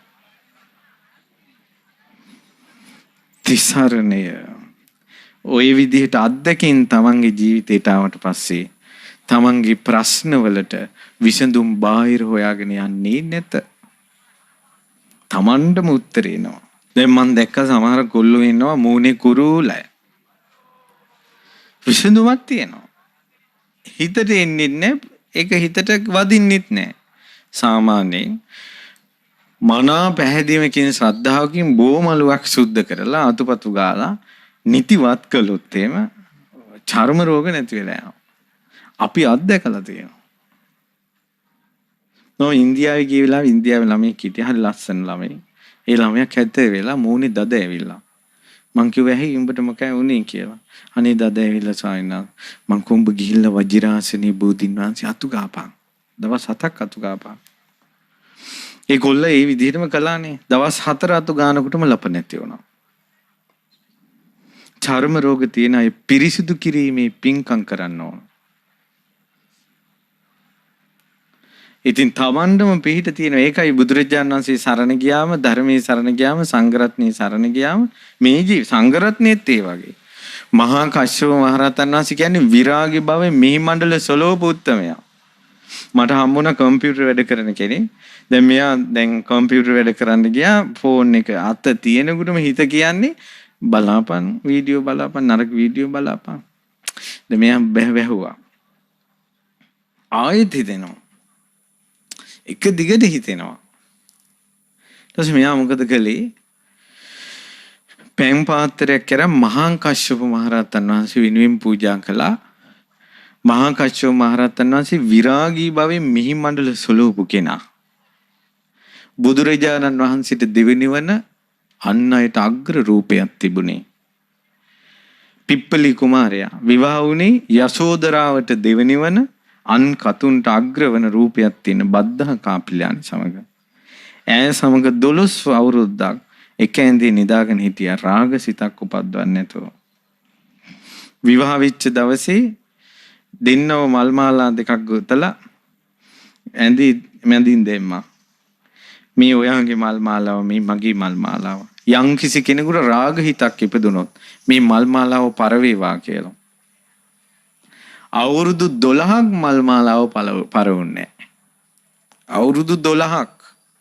අද කාලේ සරණ යන්න වටිනවනේ. අද කාලේ ෆෝන් එකක් ළඟ තියාගෙන එක දවසක් වීඩියෝ බලන්න බැරි චරිත ඉන්නවා. නොබලා ඉන්න බැරි. එහෙව් එකේ සුරූපී අවුරුදු 16ක කුමාරිකාවක් සමග යහනේ සැතපෙනවා රාගසිත උපද්දවන්නේ නැතුව. ඒ බ්‍රහ්මචාරී බව සත්‍යයි කියලා අර කොල්ලා මේ පැම් පාත්‍රේ මහා කශ්‍යප මහ රහතන් වහන්සේ පූජා කළා. මට මේ වල් හිතක් එනවා මේ වීඩියෝ බලන්න ඕන කියලා. මහා කශ්‍යප මහ රහතන් වහන්සේගේ ආනුභාවයෙන් මට පිහිට ලැබේවා කියලා. දැන් මේ වෙනකොට අවුරුදු 4ක් කම්පියුටර් කරනවා. එක දවසක් සිතවිල්ලක් ඇවිල්ලා නැහැ නරක වීඩියෝ එකක් බලන්න. සරණ හදවතේ තියෙන්න ඕන. දැන් ඕක අහලා කෙනෙක් අනේ මටත් මෙහෙම ප්‍රශ්නයක් තියෙනවා අනේ විසඳේවා කිව්වට ඇතුලේ නැත්තම් අවංකත්වෙ බැයි. අවංකව ගැලවෙන්න ඕන කම අවංකව රහතන් වහන්සේට පැහැදුන බව ඒ රහතන් වහන්සේගේ ගුණය අවංකව පිළිගන්නා බව. ඒ සරණ. ඉතින් ඒ නිසා දරුවනි තිසරණේ පිහිට අවංකවම සරණ ගියොත් මේ ජීවිතේ ලැබෙන පිහිට අල්පයි. සසර දුකින් නිදහස් වෙනවා. ඒ තමයි මහත් වූ සරණ. සසර දුකින් නිදහස් වෙනවා. බුදුරජාණන් වහන්සේ ධර්ම රත්නයේ සංඝ රත්නයේ සරණ ගිය කෙනෙක් නිරේ පැහෙන්නේ නැහැ. තිරිසන් ලෝකේ පැහෙන්නේ නැහැ. තෙරුවන් සරණ ගිය කෙනෙක් පෙරේතෙක් වෙන්නේ නැහැ. තෙරුවන් සරණ ගිය කෙනෙක් එක්කෝ දෙවියන් අතර එක්කෝ මිනිසුන් අතර අග්‍ර වෙලා උපදිනවා. ඒ තිසරණේ පිහිට. ඔන්න දරුවනේ ඔන්න ඒකයි තුන් පාරක් මම මේ নমස්කාරයේ ඉඳලා විස්තර කළේ තමන් ඇත්තටම බුදුරජාණන් වහන්සේගේ ශ්‍රාවකයෙක්ද කියලා බලන්න කියලා. ඊළඟට තියෙනවානේ පංචිල් පද 5. පාණාතිපාතා වේරමණී. අනේ කියනවා. මට මතකයි ওই රජෙන් මොකද ඉල්ලුම් ගහද මොකද එකක් කෙනෙකුට හැමදැනම මම දැක්ක පාරේ පාණාතිපාතා වේරමණී කියලා හැමතැනම ගහලා. මම බැලුවා හත්තිලා ওই මිනිසුන්ට දැන් පාණාතිපාතා මතක් වෙලා මොකක්ද දන්නේ නැහැ කියලා. ඒ හොයනකොට තමයි මට කවුද කියවම එකක් කියලා. කියනවා පාණාතිපාතා අදින්නාදාන කියලා කියනවා. ඊට සමහර අය කියනවා සුරාමීරේ මජ්ජපමා දට්ටාන මන්ද පමණින් ගත්තට කමක් නැතය. අන්න හිට කරදරයක් වෙන්නේ නැතුව. තෙලිජ්ජ බිව්වට කමක් නැහැ රා නොව්. වයින් no problem. ඉතින් මේ විදිහට ඊට පස්සේ ඔයාලා දැකලා තියෙනවද අඩු වයසින් මැරෙන අය? ඔයාලගේ යාළුවොත් මැරිලා ඇති. මගේ යාළුවෝ මැරිලා තියෙනවා අඩු වයසින්. පිංගුතුනි අඩු වයසින් කෙනෙක් මැරෙන්නේ බුදුරජාණන් වහන්සේ වදාලා මිනිස්සු අතර අඩු වයසින් කෙනෙක් මැරෙන්නේ ප්‍රාණඝාතේ අවම විපාකේ. පින්වත් මහණෙනි ප්‍රාණඝාතේ කරන කෙනා නිරේ යනවා, තිරිසන් ලෝක යනවා, പ്രേත ලෝක යනවා. මනුස්ස ලෝක ඉපදුනාට පස්සේ අවම විපාකේ වනාහි අඩු වයසින් මැරෙන එක. අඩු වයසින් මැරෙන එක. සමහර වෙලාවට විවාහ වෙලා මාසෙන් දෙකෙන් මැරෙනවා. දරුවා කුසේ ඉද්දින් තාත්තා මැරෙනවා. දරුවා ඉපදෙනකොට අම්මා මැරෙනවා. බඩ ඇතුළේ ඉද්දින් දරුවා මැරෙනවා. ඒතර අඩු වයසින් ඇයි මේ මැරෙන්නේ? ප්‍රාණඝාතේ අවම විපාක. අඩු වයසින් මැරෙන එක ප්‍රාණඝාතේ අවම විපාක නම් උපරිම විපාක ගැන කවර කතාවද? ප්‍රාණඝාතේ කරපු කෙනා අඩු වයසින් මැරෙනවා කියන එක සිද්ධ වෙන්නේ බුදුරජාණන් වහන්සේ දේශනා කරපු නිසා නෙවෙයි. ඒක සිද්ධ වෙන නිසායි බුදුරජාණන් වහන්සේ දේශනා කළේ ඕනෑම ජාතියක, ඕනෑම ආගමක, ඕනෑම රටක ස්ත්‍රී පුරුෂ ඕනෑම තරාතිරමක කෙනෙක් ඒ පාප කර්මය කළොත් ඒකේ අවම විපාකේ තියෙනවා එතන. එහෙනම් බුදුරජාණන් වහන්සේ සතුම් මැරීමෙන් වැළකීන්ට කියලා අපිට වදාළේ කොච්චර අනුකම්පාවෙන්ද. බුදුරජාණන් වහන්සේ සසර දුකින් නිදහස් වුණානේ. උන්වහන්සේට කිසිම ප්‍රශ්නයක් නැහනේ. එහෙනම් අපට එපා කියලා වදාළේ අනුකම්පාවෙන්. කළොත් විපාකේ Tamand, නොකළොත් ඒකත් Tamand. මේ බුද්ධ ශාසනයේ තවත් කෙනෙක්ගේ පව් තවත් කෙනෙක් කරගන්නේ නැත. තමන් කරන දේවල් තමන් රැගෙන යනු ඇත. සිල් රකින්නවද නැද්ද කියලා කවුරුත් ළඟ ඉඳලා චෙක් කරන්නේ නැත. නුඹලා කැමති නම් අඩු වයසින් මැරිලා යන්න කරන්න ප්‍රාණඝාතය. දැන් අර තියෙන්නේ දැන් බලන්න මේ ධර්මයේ ඇහෙන්නේ නැති කී විපාක. ඕස්ට්‍රේලියාවේ ලැබුගුන්නේ සත්තු කෝටි ගණන් මැරුණා. ඔටුව අස්සු ගම් වලට පැන්න. ඊට පස්සේ තීරණය කළේ මොකද්ද? ඔටුව ටික මරමු කියලා. දුකක් නිවනවා තවත් පාපයකින්. දුකක් නිවනවා තවත් පාපයකින්. ධර්මය අසා නැති නිසා. අනුකම්පාවෙන් වදාළේ සත් ප්‍රාණඝාතය කරන්න එපා කියලා. ඊළඟට බුදුරජාණන් වහන්සේ වදාලා දැන් එන්නේ මෙහෙම හිතන්නකෝ. රටට ජාතියට ආගමට වැඩදායක කෙනෙක් ඉන්නවා. ලෝකයක් වෙනස් කරන්න පුළුවන් කෙනෙක් ඉන්නවා. අනේ යා අඩු වයසින් මැරුණොත් කොච්චර පාඩුවක්ද? කොච්චර පාඩුවක්ද අඩු වයසින් මැරෙන එක? අනිතක තමයි කෙනෙක් මැරිලා යන්න තියෙන්නේ නිරේ නම්, තිරිසන් ලෝකේ නම්, പ്രേත ලෝකේ නම් අඩු වයසින් මැරුණා කියන්නේ ආය හතර අපායට යනවනේ. මේ සතර අපායේ වැටෙන්න ඉන්න සත්වයාට මේ ජීවත් වෙන තප්පරිත් වටිනවනේ. උල උඩ මිනිස්සෙක් ඉඳලා දවස් 20ක් ඉන්නවා තවම මැරිලා නැහැ. ප්‍රේතේ ක්‍රෑට ඇවිල්ලා උල උඩ ඉන්න මිනිස්සුන්ට කියනවා උඹ ජීවත්වයන් මැරෙන්න නම් එපා. මේක කෙනෙකුට ඇහුණා මේ භූත කතාව. රජ්ජුරුවන්ට කිව්වා. රජ්ජුරු ඇවිල්ලා අහගෙන හිටියා. ඇත්තටම කියනවා. රජ්ජුරු රාජ ආඥාවෙන් කිව්වා මේ කතා කරන භූතයා මට පේන්න ඕන. පෙනී හිටියා. ඊට පස්සේ කිව්වා උඹ ඇයි මෙහෙම කියන්නේ? මේ උල උඩ ඉන්න මිනිස්සයා ඉක්මන්න මැරෙන එකයි සැප. තව ජීවත්වයන් කියනවා. රජතුමනි මොහොතක් මෙහෙට එන්න කියලා අර මිනිස්සයාට ඇහෙන්නේ නැති තැනකට ගෙන්නන්න ගියා. ගෙන්නන්න ගිහලා කිව්වා රජතුමනි මේ මිනිස්සයා මැරිච්ච ගමන් යන්නේ නිරේ. ඊට වැඩිය කෝටියක් සැපයි මේ උල උඩ ඉන්න එක. මොහු ජීවත් වේවා කියනවා. මනුස්ස ජීවිතේ වටිනවා. නිකම් මේ කොල්ලෝ කෙල්ලෝ මේ නිකන් වැඩක් නැහැ. මේ තොත්ත කොල්ලෝ කෙල්ලෝ ඉන්නවා. කෙල්ලන්ගේ ප්‍රශ්න වලට කොල්ලන්ගේ ප්‍රශ්න වලට මට එපා ජීවිතයක්. මම මැරෙනවා. ඒ වගේ උන් මැරුණාට පස්සේ කොහේ යයිද දන්නේ නැහැ. තොත්තකම. යම්කිසි කොල්ලෙක් කෙල්ලෙක්ගේ සම්බන්ධයක් යාළුකමකදී ඒ කොල්ලා හෝ කෙල්ල කියනවනම් ඔයා නැති වුණොත් මම මැරෙනවා. මට ඔයා නැති වුණොත් බෑ. තොත්තයි. නලව ඉන්ටවි යතී තියාගෙන දොයි කියලා. මොලයක් කලඳක් නැහැ. දුර්ලභ ලැබිච්ච මනුස්ස ජීවිතේ අම්මා තාත්තා රැකපු මේ මනුස්ස ජීවිතේ මේ පොඩි කාලෙකින් ඇතුණ සම්බන්ධයකින් ඒ මනුස්ස ජීවිතෙත් එක්ක සෙල්ලම් කරන්න හොඳ නැහැ. කන කැස් බෑවා වියසිතුරෙන් අහස බලනවා වගේ ලැබිච්ච මනුස්ස ජීවිතේ තමන්ම හැල්ලු කරගන්න හොඳ නැහැ. හොඳ පණක් තියෙන්න ඕන. මම මේවත් දරා ගන්නවා කියලා. මම මේවත් දරා ගන්නවා කියලා තොත්ත ලෝකේ තොත්ත කමින්ම කෙලවර වෙලා යනවා. ලාමක බොළඳ ජීවිතේ ලාමක බොළඳ කමින්ම ගෙවිලා යනවා. ඊට පස්සේ පින්වත් දරුවනි ඒ නිසා ජීවිතේ වටිනවා. මනුස්ස ජීවිතේ පිටරටවල් වල සුද්දන්ගේ ලෝකේ ඔයාලා සුද්දන්ගේ හැමට ආස කළාට හැමේ දැන් අපි මේ රටවල් වල ගියාම හැමතැනම පාලම් උඩ ඊළඟට මේ කෝච්චි දුම්රිය නැවතුම් පොළ වල මේ ලියලා තියෙනවා ඔබට මම අපි උදව් කරනවාමයි අනිවාර්යෙන් අවතන්න ටෙලිෆෝන් අංකය. ඔබ ගන්න ඇමතුම අපි ඔසවනවාමයි ටෙලිෆෝන් අංකයක් තියෙනවා. ඔබට අපි හයියක් වෙනවා ඒකාන්තයි ටෙලිෆෝන් අංකයක් ඉංග්‍රීසියෙන් ලියලා තියෙනවා. මං ඇහුවා මොකද්ද මේ?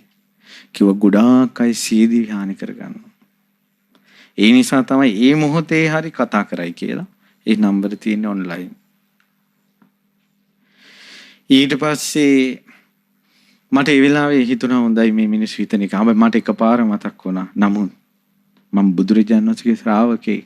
මගේ බුදුරජාණන් වහන්සේ ඔය මැරෙන්න නැතුව ප්‍රශ්නේ හට ගන්න තැනම විසඳන්න අපිට උදව් කරලා තියෙනවා. ධර්මයේ දීලා තියෙනවා. ගොඩක් පිට රටවල ළමයි සීදී හානි කරගන්නවා ගොඩ. හැබැයි ඒ රටවල නිවුස් වලට දෙන්නේ නිවුස් පේපර් වල දාන්නේ සාමාන්‍යයි. පාලම් ඒ රටවල් වල උසට වට කරලා තියෙන්නේ. පාලම් වලින් පයින්නවාමයි ළමයි. අපරාධී අඩු වයසින් මැරෙනවා. සංසාරේ ප්‍රාණඝාතය. දැන් බුදුරජාණන් වහන්සේ වදාළේ අකාල මරණේ තියෙන කවුරු හරි කෙනෙක් වතුරකට වැටුණා කියන්නකෝ. වතුර ගම් වතුරට වැටුණා. සංසාරේ කවුරු හරි වතුරේ මරලා තිබ්බොත් අනිවාර්යෙන් ඒ කර්මය එතන විපාක දෙනවා. ගින්දරක් ඇවිස්සුනොත් සංසාරේ කවුරු හරි පුච්චලා මරලා තිබ්බොත් ඒ කර්මය එතෙන්ට එනවා. කවුරු හරි පිහින් අනින්න આવොත් තමන් කාට හරි පිහින් ඇනලා තියෙනවා නම් ඒ කර්මය එතෙන්ට එනවා. අපි සංසාරේ මොනව නොකර ඇතිද? මරණය කියන එක තමන් කරපු කර්මෙන්ම සිද්ධ වෙනවා. උදාහරණයක් අර බෝම්බ ගහපු වෙලාවේ කටුවා පිටි පල්ලියේ මුළු පවුලේ අයම මැරුණා. තාත්තත් එතන හිටියා. තාත්තා ඉතුරු වුණා. බෝම්බෙට වදින්න නැතුව. තාත්තා දවස් 2ක් කල්පනා කර හිටියා. ඊට පස්සේ ගිහිල්ලා කෝච්චියට බෙල්ල තිබ්බා. ඔහුගේ මරණය කුඩු පට්ටම් විය යන එකක් නෙවෙයි. ශිෂ ගැලවිය යන එකක්. තමන් කරපු දේ ඉන්නේ. ඒ තැනට හිත හැදෙනවා. සමහර අයට හිතෙන්නේ කන්දෙන් පනින්න. සමහර අයට හිතෙන්නේ බෙල්ල වැල්ලා ගන්න. එක එක්කිනාට මැරෙන්න හිතන ක්‍රම තමන් සංසාරේ කර්ම චක්‍රයෙන් කරලා තියෙන දේ වෙනවා. පැහැදිලිද? එතකොට අඩු වයසින් මැරෙන්නේ ප්‍රාණඝාතයේ අවම විපාකේ. ඒ නිසා මේක හිතේ තියාගෙන ඉන්න. කවුරු හරි කුසල් වඩන්ට යම්කිසි පින්වතෙක් පින්වතියක් දුවෙක් පුතෙක් ඉන්නවා නම් ඔහු පිණිසයි මේ සත්‍ය බණපදය. බුදුරජාණන් වහන්සේ වදාළා සකල වස්තුවම නැති වෙලා යනවා. දැකලා නැද්ද කියලා ඇහුවා. ඔක්කොම ඇඳිවත විතරක් ඉතුරුලා ඔක්කොම නැති වෙලා යනවා. සුනාමිය, ගම් වතුර, නායයන්. පිට රට ඉඳලා මෙහෙ එනකොට මොකවත් නැහැ. ඔක්කොම කාබාසිනියක් කළා. අවුරුදු 10 15 පිට රට ඉඳලා හම්බ කරන වස්තුව මෙහි බිස්නස් එකක් පටන් ගන්නවා මාසෙන් ඉවරයි. රටටම ණය වෙලා නතර වෙන්නේ පාරේ බැහැලා යන්න බෑ. ඒ සකල සේසත නැති වෙන්නේ කුමක් නිසාද? පින්වත් මහණෙනි, ඒ වනාහි සොරකමේ අවම විපාකයයි. උපරිම විපාක ගැන කවර කතාවද? සොරකම් කරන කෙනා නිරේ යනවා, තිරිසන් ලෝක යනවා, ප්‍රේත ලෝක යනවා. මනුස්ස ලෝක ඉපදුනාට පස්සේ අවම විපාකේ තමයි සකල සේසත නැති වෙනවා. සකල සේසත බැංකුවකට දානවා. මෙන්න මාසයක් යනකොට බැංකුවනේ මහ බැංකුව වගේ ගානට සිට වෙනවා. සොරකමේ අවම විපාක. එතකොට බුදුරජාණන් වහන්සේ සංසාරයෙන් නිදහස් වුණා. බුදුරජාණන් වහන්සේට ප්‍රශ්නයක් නැහැ. බුදුරජාණන් වහන්සේ ආයෙ එන්නෙත් නැහැ. බුදුරජාණන් වහන්සේ අපි දිහා බලාගෙනත් නැහැ. අනුකම්පාවෙන් වදාළේ සොරකම් කරන්න එපා කියලා. බුදුරජාණන් වහන්සේ අපේ සකල සීසත නැති වෙනවට කැමති නැහැ. අනුකම්පාවෙන් වදාළේ. අනුකම්පාවෙන් වදාළේ බණපදේ සෙල්ලම් කරන්න ගන්න හොඳ නැහැ. මම දැක්ක සමහර කොල්ලෝ සමහර කන කෑම වර්ග වලට ඔය අදින්න ආදානා කියලා නම දාලා. පාප අනුකම්පාවෙන් සංවර පිණිස වදාළ බණපදය විහිළුවට ගන්නවා. විශාල පව්. කැම්පස් ජීවිතේ හරියට දරුවනේ නුඹලා පරිසම් වේ යුතුයි. අපි ළඟට එනවා බණ අහන අය. ඒ කියන්නේ දැන් ජොබ් කරන අය, දරුමල්ලු ඉන්න අය අපි ළඟට එනවා බණ අහලා එයාලට එන ප්‍රශ්නයක් තියෙනවා. රුවන්වැලි සෑය වඳින්න ගියාම බුද්ධ රූපයක් බලනකොට කුණුහරුප මතක් වෙනවා හිතට. පූජාවක් ගෙනියද්දි කුණුහරුප එනවා. ගොඩක් අයට මේ ප්‍රශ්නේ තියෙනවා.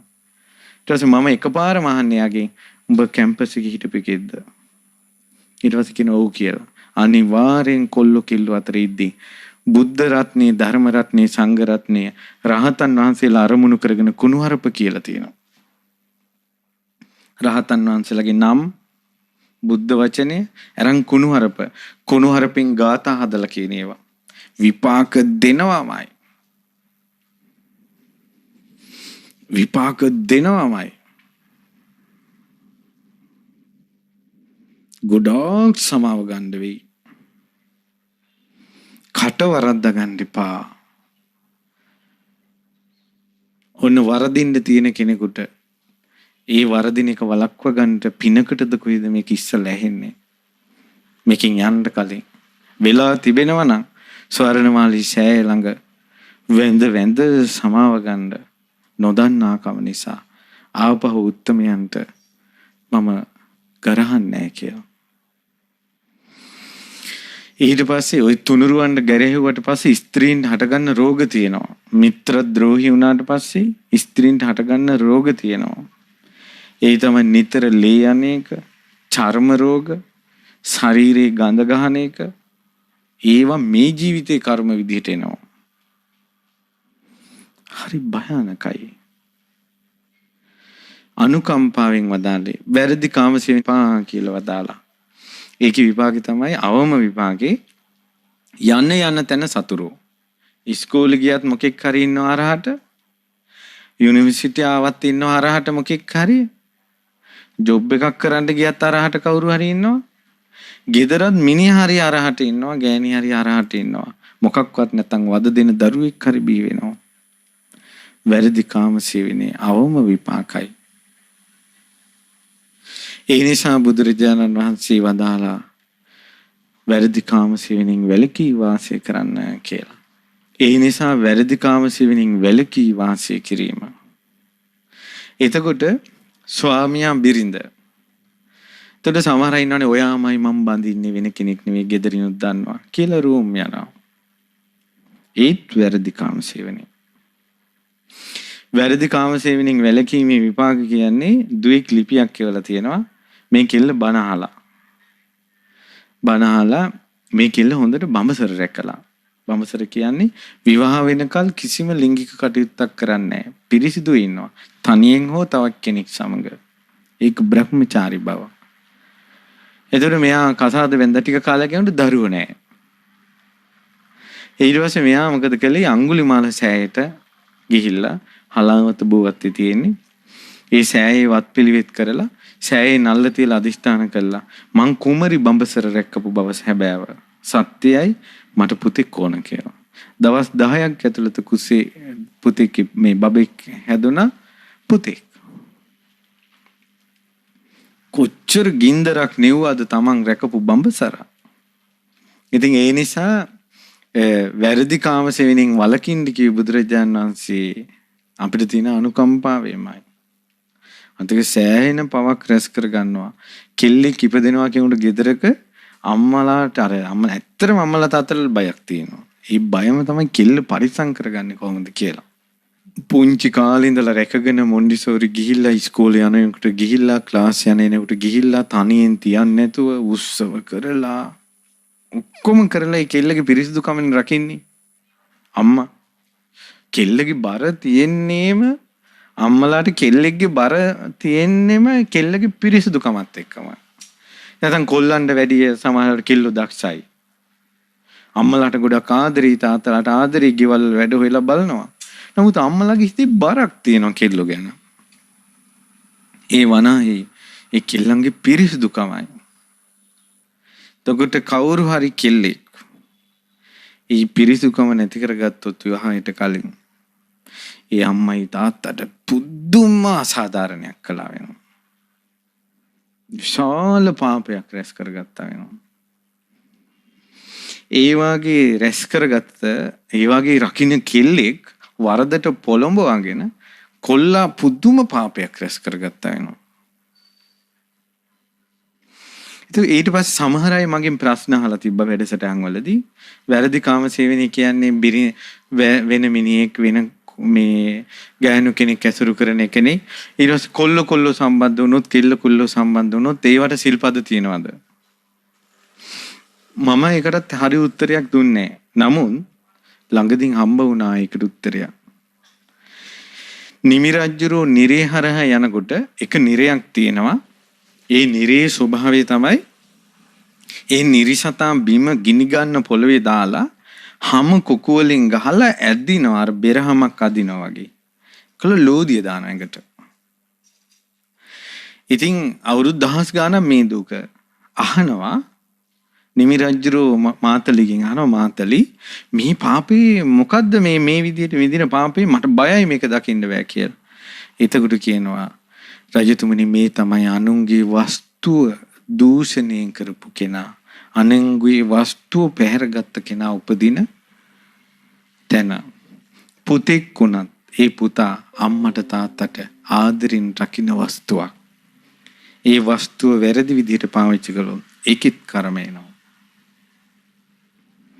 දුවෙක් කියන්නේ ආදරින් රකින්න වස්තුවක්. ඒක වැරදි විදිහට පාවිච්චි කළොත් ඒ කර්ම එනවා. දැන් මෙහෙම එකක් තියෙනවා. ඒ තමයි අර ළඟදී මර මහා පෞකාර වසලේ කිරීට වැටුණා නේද මේ මොකද්ද සලු පටෙන්ද හඬ පටෙන්ද කතා කරන ඒ වගේ කොටසක් එළියට ඇවිල්ලා නේ. රටක් නින්දා කරනවා නීති හැදෙනවා දඬුවම් විඳිනවා කතා කරන ඒ වගේ ටිකක් එළියට ඇවිල්ලා. නුඹලා දෙස බලන්න. නුඹලා කතා කරන දේවල් එළියට આવොත් මේ රටේ මිනිස්සු කට ඇරගෙන බලාගෙන ඉන්නේ ඔක්කොම සුද්ධවන්තයෝ වගේ. අපි කතා කරන දේවල් ලෝකෙට හෙළි වුණොත් අපි කොහෙද කියලා බලන්න. ඔය කතාව විතරයි. කර්මයේ බරපතලම කර්ම හැදෙන පින්වත් දරුවනේ අහලා තියෙන කොහොමද සිත කය වචනය කියන තුන් දොරින් බලවත්ම කර්ම හැදෙන්නේ මොකක් මුල් කරගෙනද? මනස මුල් කරගෙන. මනෝපුබ්බංගම ධම්ම. හිත දෙස බලන්න. ඔය හඬපට එළියට එනවා වගේ අපේ හිත එළියට આવොත් ඒ හිත එළියට ඇවිල්ලා හිතේ තියෙන දේවල්, හිතන දේවල්, ආසා කරන දේවල් ඕවා ටික කොහොම තියෙයිද? නීති නෑ ඒවට දඬුවම් දෙන්න. හැබැයි දරුවනේ ඒ වගේ තමන්ගේ ජීවිත අම්මලා කියන අපේ කෙල්ල පුංචි කාලේ ඉඳලා හරි හොඳයි. අපේ වාසනාවට ලැබිච්ච කෙල්ල. අනේ අපිට පුදුම පිනකට අපේ කොල්ල හම්බුනේ බෝධිසත්වෙක් වගේ කියනවා. ඔය කෙල්ල ඔය කොල්ල තමන් කරපු කීප දේවල් බලන්න අම්මලා තාත්තලාට නොදැන. සමහර දෙමව්පියෝ සමහර නෙවෙයි සියලු දෙමව්පියෝ මැරෙනවා දරුවන්ගේ යථාර්ථය නොදැන. සියලු දෙමව්පියෝ මැරෙන්නේ දරුවන්ගේ යථාර්ථය නොදැන. ඔය සියල්ල මරණයේදී එළියට එනවා. යම රජුරවන්ට වහන්න බෑ. ධර්මයට කර්මයට වහන්න බෑ. එදාට මොකද්ද දරුවනේ කරන්නේ? බේරියනිල්ලා කවුරුත් නැහැ උදව්වට. තනිව ආපු ගමනක්. තනිව යන ගමනක්. ඒ නිසා පුදුම ලෝකෙක අපි යන්නේ. කර්මය ගැන හිතුවොත් බේරෙයි. ළඟදී අම්මා කෙනෙක් අර දුවෙක් ඉන්නගෙන ආවා. ඒ කෙල්ල රෑ එකට බලනකොට නැල්ලු ගෙදර. උදේ ඉන්නවා. අවුරුදු 16යි ලස්සන කෙල්ලෙක්. ඊට පස්සේ ප්‍රශ්න කරනකොට මාස 3ක් ගෙදරින් පයින්නවා. තාත්තා නෑ අම්මයි දුවයි කැඳේ ඉන්නේ. එකට අම්මා නින්ද ගිය ගමන් කෙල්ල ගෙදරින් පයින්නවා. ඉතින් ඊට පස්සේ මං ඇහුවා මේ තෝ මොකද මේ ගෙදරින් පයින්නේ? කොල්ලත් එක්ක කතා කරන්න වයස කීයද? 16යි. ඊට මං කිව්වා යකෝ තොපිට උච්චරම මේ පෙරේත කමනා කතා කරන්න නැද්ද මහ දවාල නෑ අම්මා ක්ලාස් එනවා ඉස්කෝල ළඟට එනවා කොල්ලෙක් එක්ක වචන පහක් කතා කරන්න බැරි විදිහට තමන්ගේ කෙල්ල අම්මා රකින්නවා. ඒත් කෙල්ල රකින්න පුළුවන්ද? බෑ. පිම්පව් විශ්වාස කළොත් රකින්න පුළුවන්. පිම්පව් විශ්වාස කළොත්. මාතර පැත්තේ බාලිකා විද්‍යාලයක මම බනට කියන්නේ ගා කෙල්ලෝ 2000ක් විතර හිටියා. අපාය ගැන කියනකොට hina වෙනවා.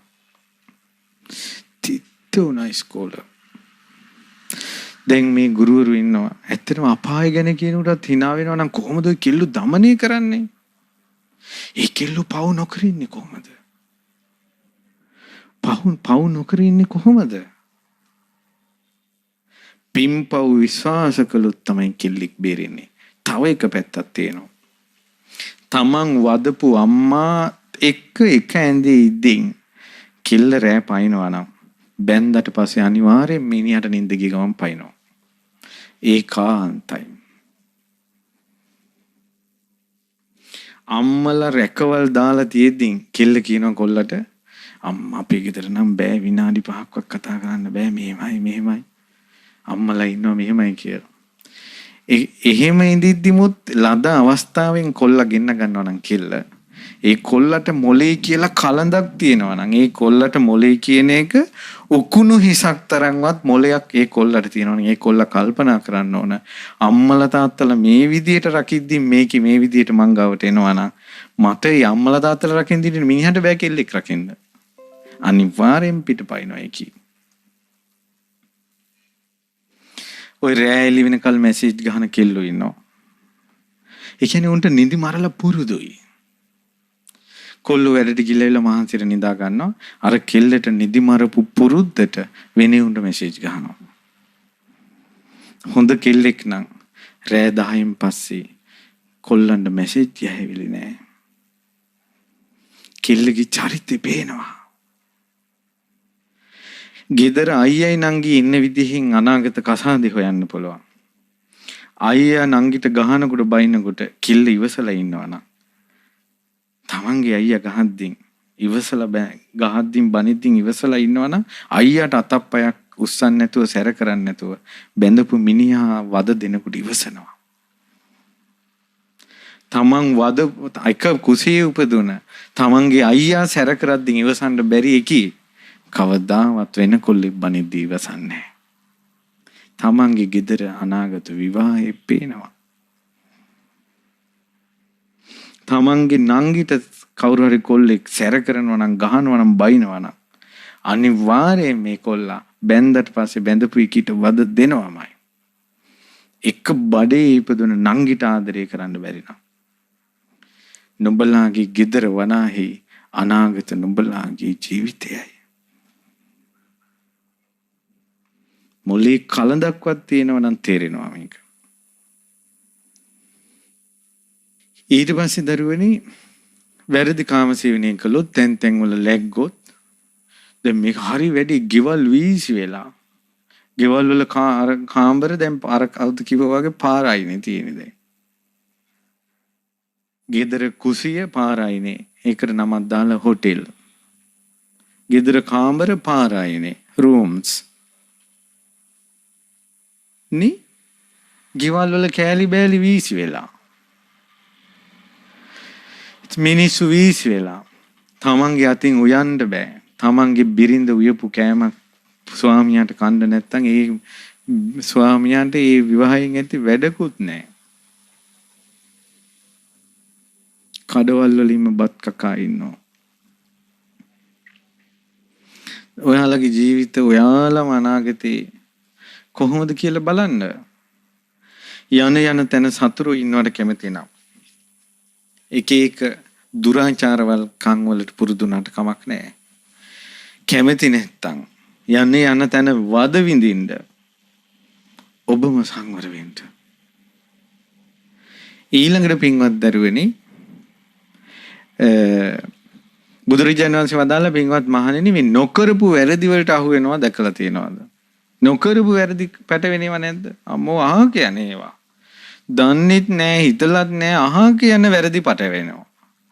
පින්වත් මහණෙනි, බොරු කීමේ අවම විපාකයයි ඒ. අභූත චෝදනා. අභූත චෝදනා. ඇත්තට මෙහෙම එකක් හිතලත් නෑ කියනවා. ඔයා මෙහෙම හිතුවා. ඔයා මෙහෙම කිව්වා. අභූත චෝදනා වනාහි බොරු කීමේ අවම විපාකයි. කට ගඳ ගහන ඒවා, කියන එක පිළිගන්නේ නැති එක, වචනේ විශ්වාස නොකරන එක, දරුවෝ නැති එක, දූලා විතරක් උපදින එක, ඊළඟට අම්මලා දරුවෝ තැන් තැන් වල අම්මලා එක එක තැන් වලට ඉන්න වෙනම ඉන්න සිද්ධ වෙන එක. ඒ සියල්ල බොරු කීමේ විපාක. අනුකම්පාවෙන් වදාළේ බොරු කියන්න එපා කියලා. පිළිගත්තා හෝ නැතා හෝ බුදුරජාණන් වහන්සේට උවමනාවක් නැහැ මිනිසුන්ට බරපතවන්න. බුදුරජාණන් වහන්සේ සසරින් නිදහස් වුණා. උන්වහන්සේ කිසි කෙනෙක් එක්ක ඇලි ගලි වාසය කිරීමක් නැත. අනුකම්පාවෙන් වදාළේ නුඹලගේ සැප නුඹලාම හදාගන්න. කියන බොරුවක අවම විපාකයක් හැදෙනවා. අභූත චෝදනා. ඊට අභූත චෝදනා නිසා කොච්චර ජීවිත ගිනි ගන්නවද? ගුරුවරුන්ට ශිෂ්‍යයෝ නැති වෙනවා, ශිෂ්‍යයන්ට දරුවෝ නැති වෙනවා, ස්වාමියාට බිරිඳ නැති වෙනවා, බිරිඳට දරුවෝ නැති වෙනවා. මේ ස්වාමියා නැති වෙනවා, දෙමව්පියන්ට දරුවෝ නැති වෙනවා, දරුවන්ට දෙමව්පියෝ නැති වෙනවා. අභූත චෝදනා නිසා හිරේ විලංගුවේ වැටෙනවා. අභූත චෝදනා දරා ගන්න බැරුව සියදිවි හානි කර ගන්නවා. ඊට පස්සේ බුදුරජාණන් වහන්සේ වදාලා, පින්වත් මහණෙනි, දැන් ඔය වචනේ සංවර. දැන් බුදුරජාණන් වහන්සේගේ කර්ම විභාගයේ තියෙනවා තමන් සංසාරේ බොරු මේ කේලම් කියලා තියෙනවා නා. ඒ තමන් සංසාරේ කේලම් කියලා තියෙනවද කියලා තමන් hina වෙනකොටම හොයන්න පුළුවන් කිව්වා. කොහොමද hina වෙනකොටම හොයන්නේ? උන අද ඉඳලා නම් කෙල්ලෝ hina වෙන්නේ නැති වෙයි. දත් අතර හිදස් තියෙනවා නා. සංසාරේ අපි අනිත් අය බිඳවලා තියෙනවා. මේ ජීවිතේ නොකර ඉන්න පුළුවන්. කලින් ජීවිතේ කළා කියලා සාක්ෂියක් දීලා. දෙතිස් මහා පුරුෂ ලක්ෂණ විග්‍රහයක තියෙන එක සද්ධා රූපානි විකාශනය වේ. ඔබට අන්තර්ජාලයෙන් බලන්න පුළුවන් වෙයි. අනිවාර්යෙන් මේ දේශනාව අහලා කර්ම විපාක ගැන හොයන්න. තමන් කරපු දේ තමන් දෙනවා. ආයේ ලස්සන විස්තරයක් තිබ්බා. ඒ තමයි වහා රාගය ඇති වෙන්නේ, වහා ද්වේෂය ඇති වෙන්නේ, වහා රැවටෙන්නේ. කියන්නේ ඉක්මනට රාගය ඇති වෙනවා, ඉක්මනට තරහ එනවා, ඉක්මනට රැවටෙනවා. එහෙම වෙන්නේ සංසාරේ වල්පල් කතා කර කර ඉඳලා. හිස් වචන කතා කිරීමේ විපාක. ඉක්මනට රාගය විශ්සෙනවා. රාග දේශ මොහ ඉක්මනට ඇවිස්සෙන අයගේ සාමාන්‍ය චරිතය මොකද්ද? ඒත් වල්පල් කතා කරගෙන ඉන්න එක නේද? සංසාරේ කරපු දේ කර්මයක් මේ ජීවිතේ විඳලා ආයෙත් සසරට කර්මය අරන් යනවා. ඕකයි සසර ගමන භයානකයි කියන්නේ. අගක් මුලක් නැහැ කියන්නේ ඒකයි.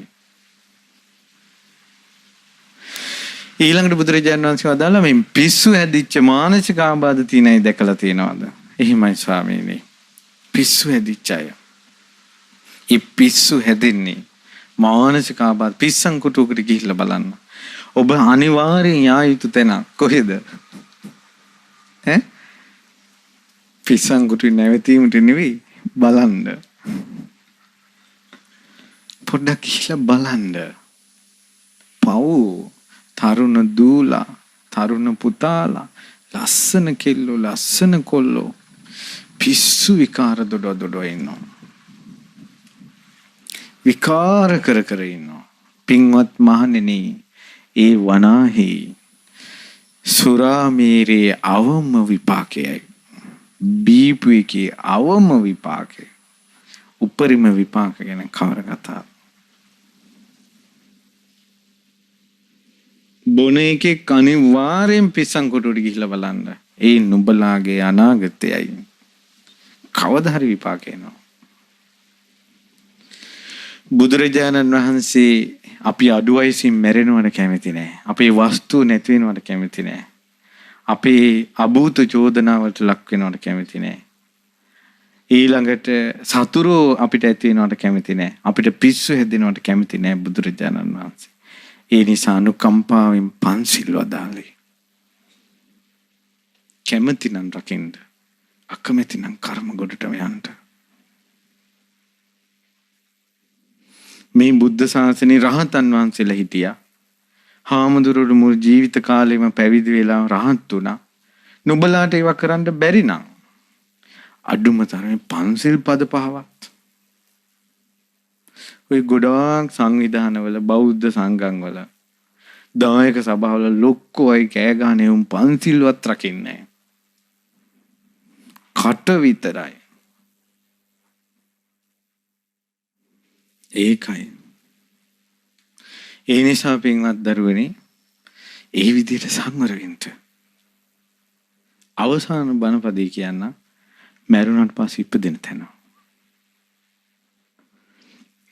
ගොඩක් අය කියනවා චුතිසිත මැරෙන වෙලාවේ මොනව මතක් වෙයිද දන්නේ නැහැ. කොහේයිද දන්නේ නැහැ.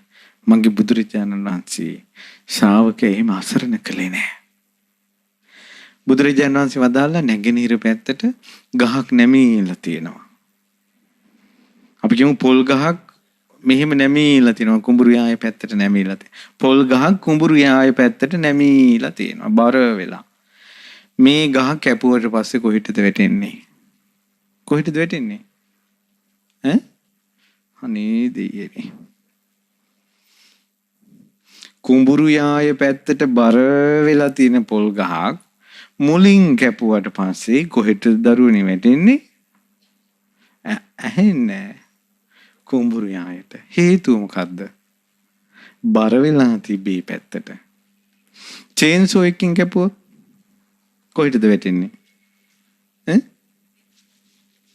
උඩ පැත්තටලු. චේන්සෝ එකකින් කැපුවත් වැටෙන්නේ කුඹුරට. අත්කීතින් කැපුවත් වැටෙන්නේ කුඹුරට. පොරවෙන් කැපුවත් වැටෙන්නේ කුඹුරට. බ්ලේඩ් එකකින් කැපුවත් වැටෙන්නේ කුඹුරට. ගහ ගැලෙව්වොත් ඒත් කුඹුරට. මොන විදිහට මැරුණත් ඊළඟ උපත සිද්ධ වෙන්නේ තමන්ගේ හිත බර පැත්තට. තමන්ගේ හිත බර වෙලා තියෙන්නේ කොහෙටද? ඔන්න වීඩියෝ බලන අයගේ වැඩිපුර බලන වීඩියෝ බලන්න.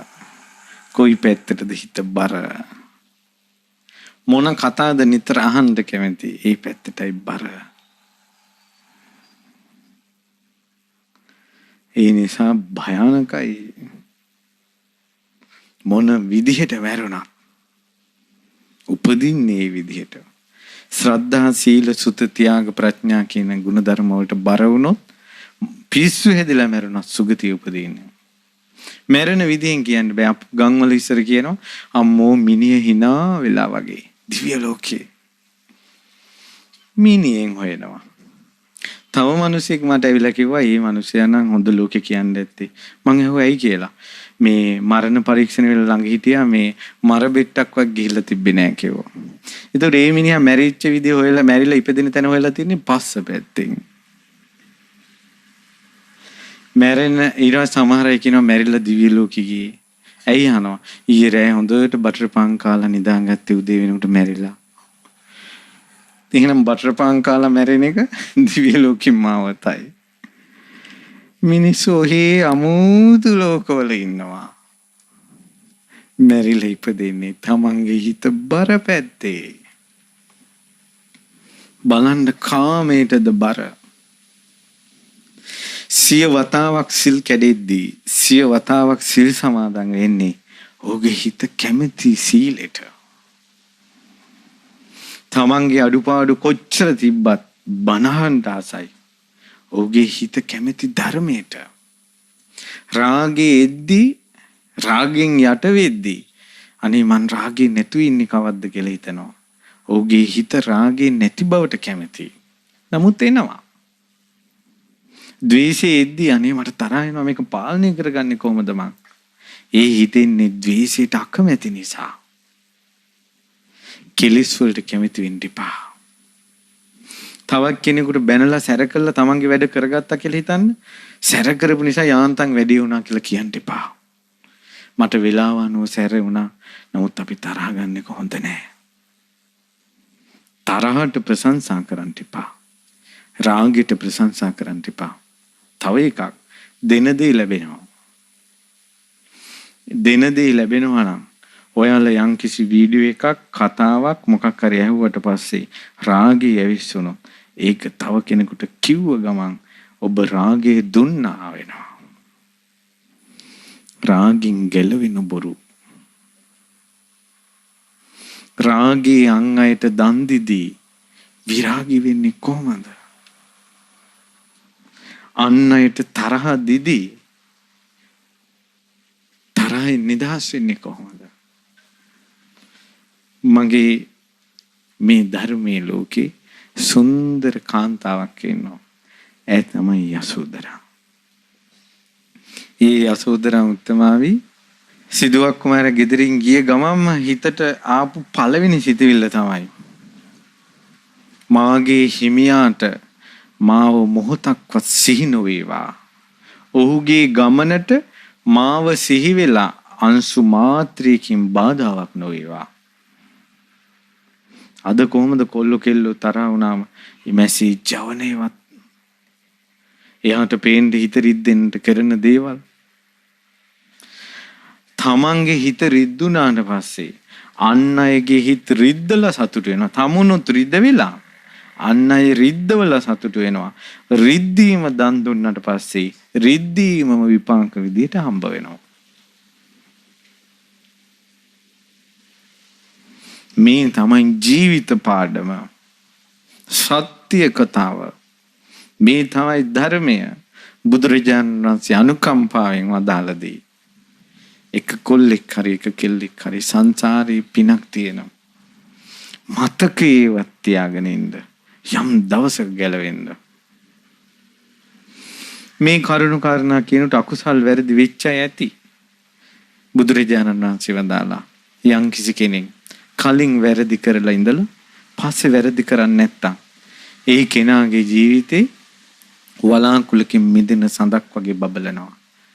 අවුරුදු 20ක් බීපු කොල්ලා ඒ පාපෙන් ගැලවෙන්නේ කොහොමද? අද ඉඳලා නොබී ඉන්න එකෙන්. බිව්වා කියන එකයි අවංකවම නොබී ඉන්න එකයි කියන එකේ කර්මය ගත්තට පස්සේ බීපු එකේ කර්මය යට යවනවා. වැලකිච්ච කර්මය ඉස්සරහට එනවා. ෆෝන් වලට ඇබ්බැහිවීමත් ඒ වගේ. වෙච්ච පාප ටික යට යනවා, සංවර වෙච්ච කර්ම ඉස්සරහට එනවා. ඒ නිසා කුසල් වලින් අකුසල් වහන්න. කුසල් වලින් අකුසල් වහන්න. මං අද දිනකට මහත්තයෙක් ඇවිල්ලා මට කිව්වා ස්වාමීන් වහන්සේ තරහ යනවා නතර කරගන්න බෑ කිව්වා. මං කිව්වා පින්වත නුඹගේ හිතේ අඳුර වැඩි. මං කිව්වා පින්වත නුඹගේ හිතේ අඳුර වැඩි. අඳුර වැඩි වුණාම මොකද්ද කරන්න ඕන? එළිය වැඩි කරන්න ඕන. එතකොට අඳුර නැසෙනවා. තමන්ගේ හිතේ කෙලෙස් ගොඩාක් වැඩි නම් කෙලෙස් නැසන බන නැවත නැවත අහන්න. ගොඩාක් අහන්න. ඔය රාගෙ තිත්ත වෙන දවසක් එනවා. තරහ තිත්ත වෙන දවසක් එනවා. පෙරේතකම් තිත්ත වෙන දවසක් එනවා. ඒ තැනට ගේනවා ධර්මයෙන් ඔහුව. ඒ ධම්ම ආලෝකයෙන් කෙලෙස් අඳුර නැසලා දාන්න. අඳුරත් එක්ක හැප්පි ඉන්න එපා. මට රාගය වැඩි. මට තරහ වැඩි. මං රැවටෙනවා. මට තේරෙන්නේ නැහැ. අඳුරත් එක්ක හැප්පෙන්න එපා. ආලෝකයක් දැල්වා ගන්න. ධර්මය. කෙලෙස් වැඩි කෙනා ධර්මයේ වැඩිපුර ගන්න. ඒතර නුඹලාගේ කෙලෙස් ලෝකය නැති විය යනවා. අඳුර නැති වෙලා යනවා. මගේ බුදුරජාණන් වහන්සේ ලෝකිට අනුකම්පාවෙන් පහළ වුණේ. බුදුරජාණන් වහන්සේ අනුකම්පාවෙන් පහළ වුණේ. බුදුරජාණන් වහන්සේට කට්ටිය වැඩි කරගන්න, ආගමට කට්ටිය වැඩි කරගන්න උවමනා නැත. උන්වහන්සේ සසරින් නිදහස් වුණා. සකවදාවත් බුදුරජාණන් වහන්සේට වැරදි වචනයක් කියන්න එපා. උන්වහන්සේ චෝදනා ලැබීමට නුසුදුසුයි. උන්වහන්සේ ප්‍රශංසා ලබන්නට සුදුසුයි. අනුකම්පාවෙන් බුදුරජාණන් වහන්සේ පහළ වුණේ. ඒ නිසා යතුම් බුද්ධ රත්නයේ සරණ ගිහිල්ලා, ධර්ම රත්නයේ සරණ ගිහිල්ලා, සංඝ රත්නයේ සරණ ගිහිල්ලා පන්සිල් රැකගෙන කුසල් අකුසල් තේරුම් ගත්ත පින්වන්ත දූලම් පුතාලා ටිකක් ඔයාලා අතරින් හැදෙන්න. ඒ ඔයාලගේ ජීවිතේ පින්වන්ත වුණාට පස්සේ ඔයාලගේ ජීවිතවලට පින්වන්ත ළමයි ඉපදෙයි. ඔයාලගේ දුක හඳුනන, කඳුල පිහලා දාන, ඔයාලව සුවපත් කරන ළමයි ඉපදේ. පින්වන්ත අම්මලා හොයන දෙවිවරු ඉන්නවා. පින්වන්ත තාත්තලා හොයන දෙවිවරු ඉන්නවා. අනාගතේ දරුවෝ ඉන්නවද නැද්ද? ඒව අදාළ නැහැ. ඒ සත්‍යයක් තියෙනවා ඇතුලේ. අනාගතේ ඕනෝ ප්‍රශ්නික සත්‍ය ක්‍රියා කරන්න පුළුවන්.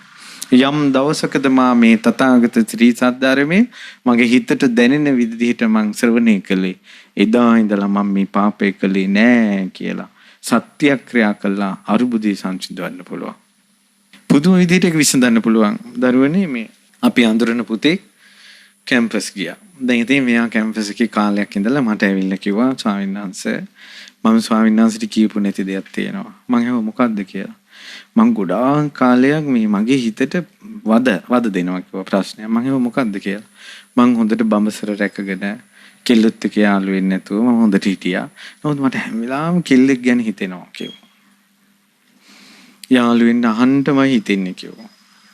ඊට පස්සේ මං ගෙන් ඇහුවා ස්වාමීන් වහන්සේ මං කල්පනා කළා මේ වෙලාවේ මේ කොල්ලා හිත සංවර කරපු එක ශ්‍රේෂ්ඨයි.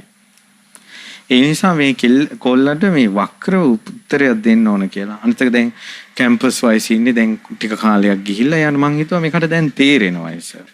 කියලා මං කව පුතා මං උඹට මෙහෙම උත්තරයක් දෙන්න. උඹ ඵලයන් ස්වර්ණමාලී සෑරජාන වහන්සේ ළඟට.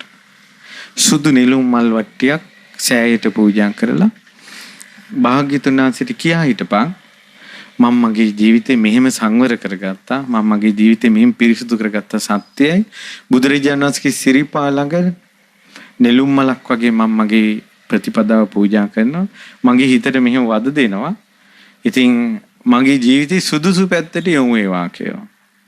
ඉතින් මෙයා මේක කළා ගෙදර ආවා කොල්ලෙක්ගෙන් කෝල් එකක් ආවා මචං උඹ දන්නවද කියලා. මම ඇහුවා මොකද්ද කියලා. අර කෙල්ල පැනලා ගිහිල්ලානේ බං. යාන්තම් අර කුණු කන්දලාව කරගහ ගන්න එකෙන් වැළකුණා. ඊයන්ට කිව්වේ ඔයාලට නෙවෙයි.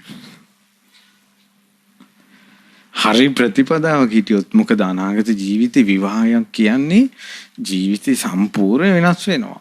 සමහර පිස්සු පිරිමි ඉන්නවා පිස්සු ගෑනු අය ඉන්නවා මුළු ජීවිතේම ඉවරයි. විග්‍රහ කරන්න වෙලාවක් නැහැ. ඔයගෙන හොඳට විස්තර කරලා දෙන්නම්.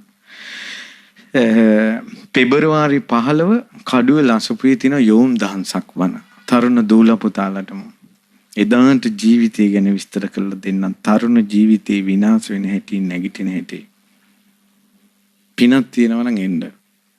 ජීවිතේ කියන්නේ මේක නිකන් අපායක් කරගන්න ඕනේ සරණක් තියෙද්දී. ඒ නිසා මේ දරුවන්ට ගෞතම බුදුසසුනේ පිහිට පිළිසරණ ලැබීවා කියලා එක හිතින් සිත ප්‍රාර්ථනා කරනවා. බුදුසසුනේ පිහිට ලැබීවා.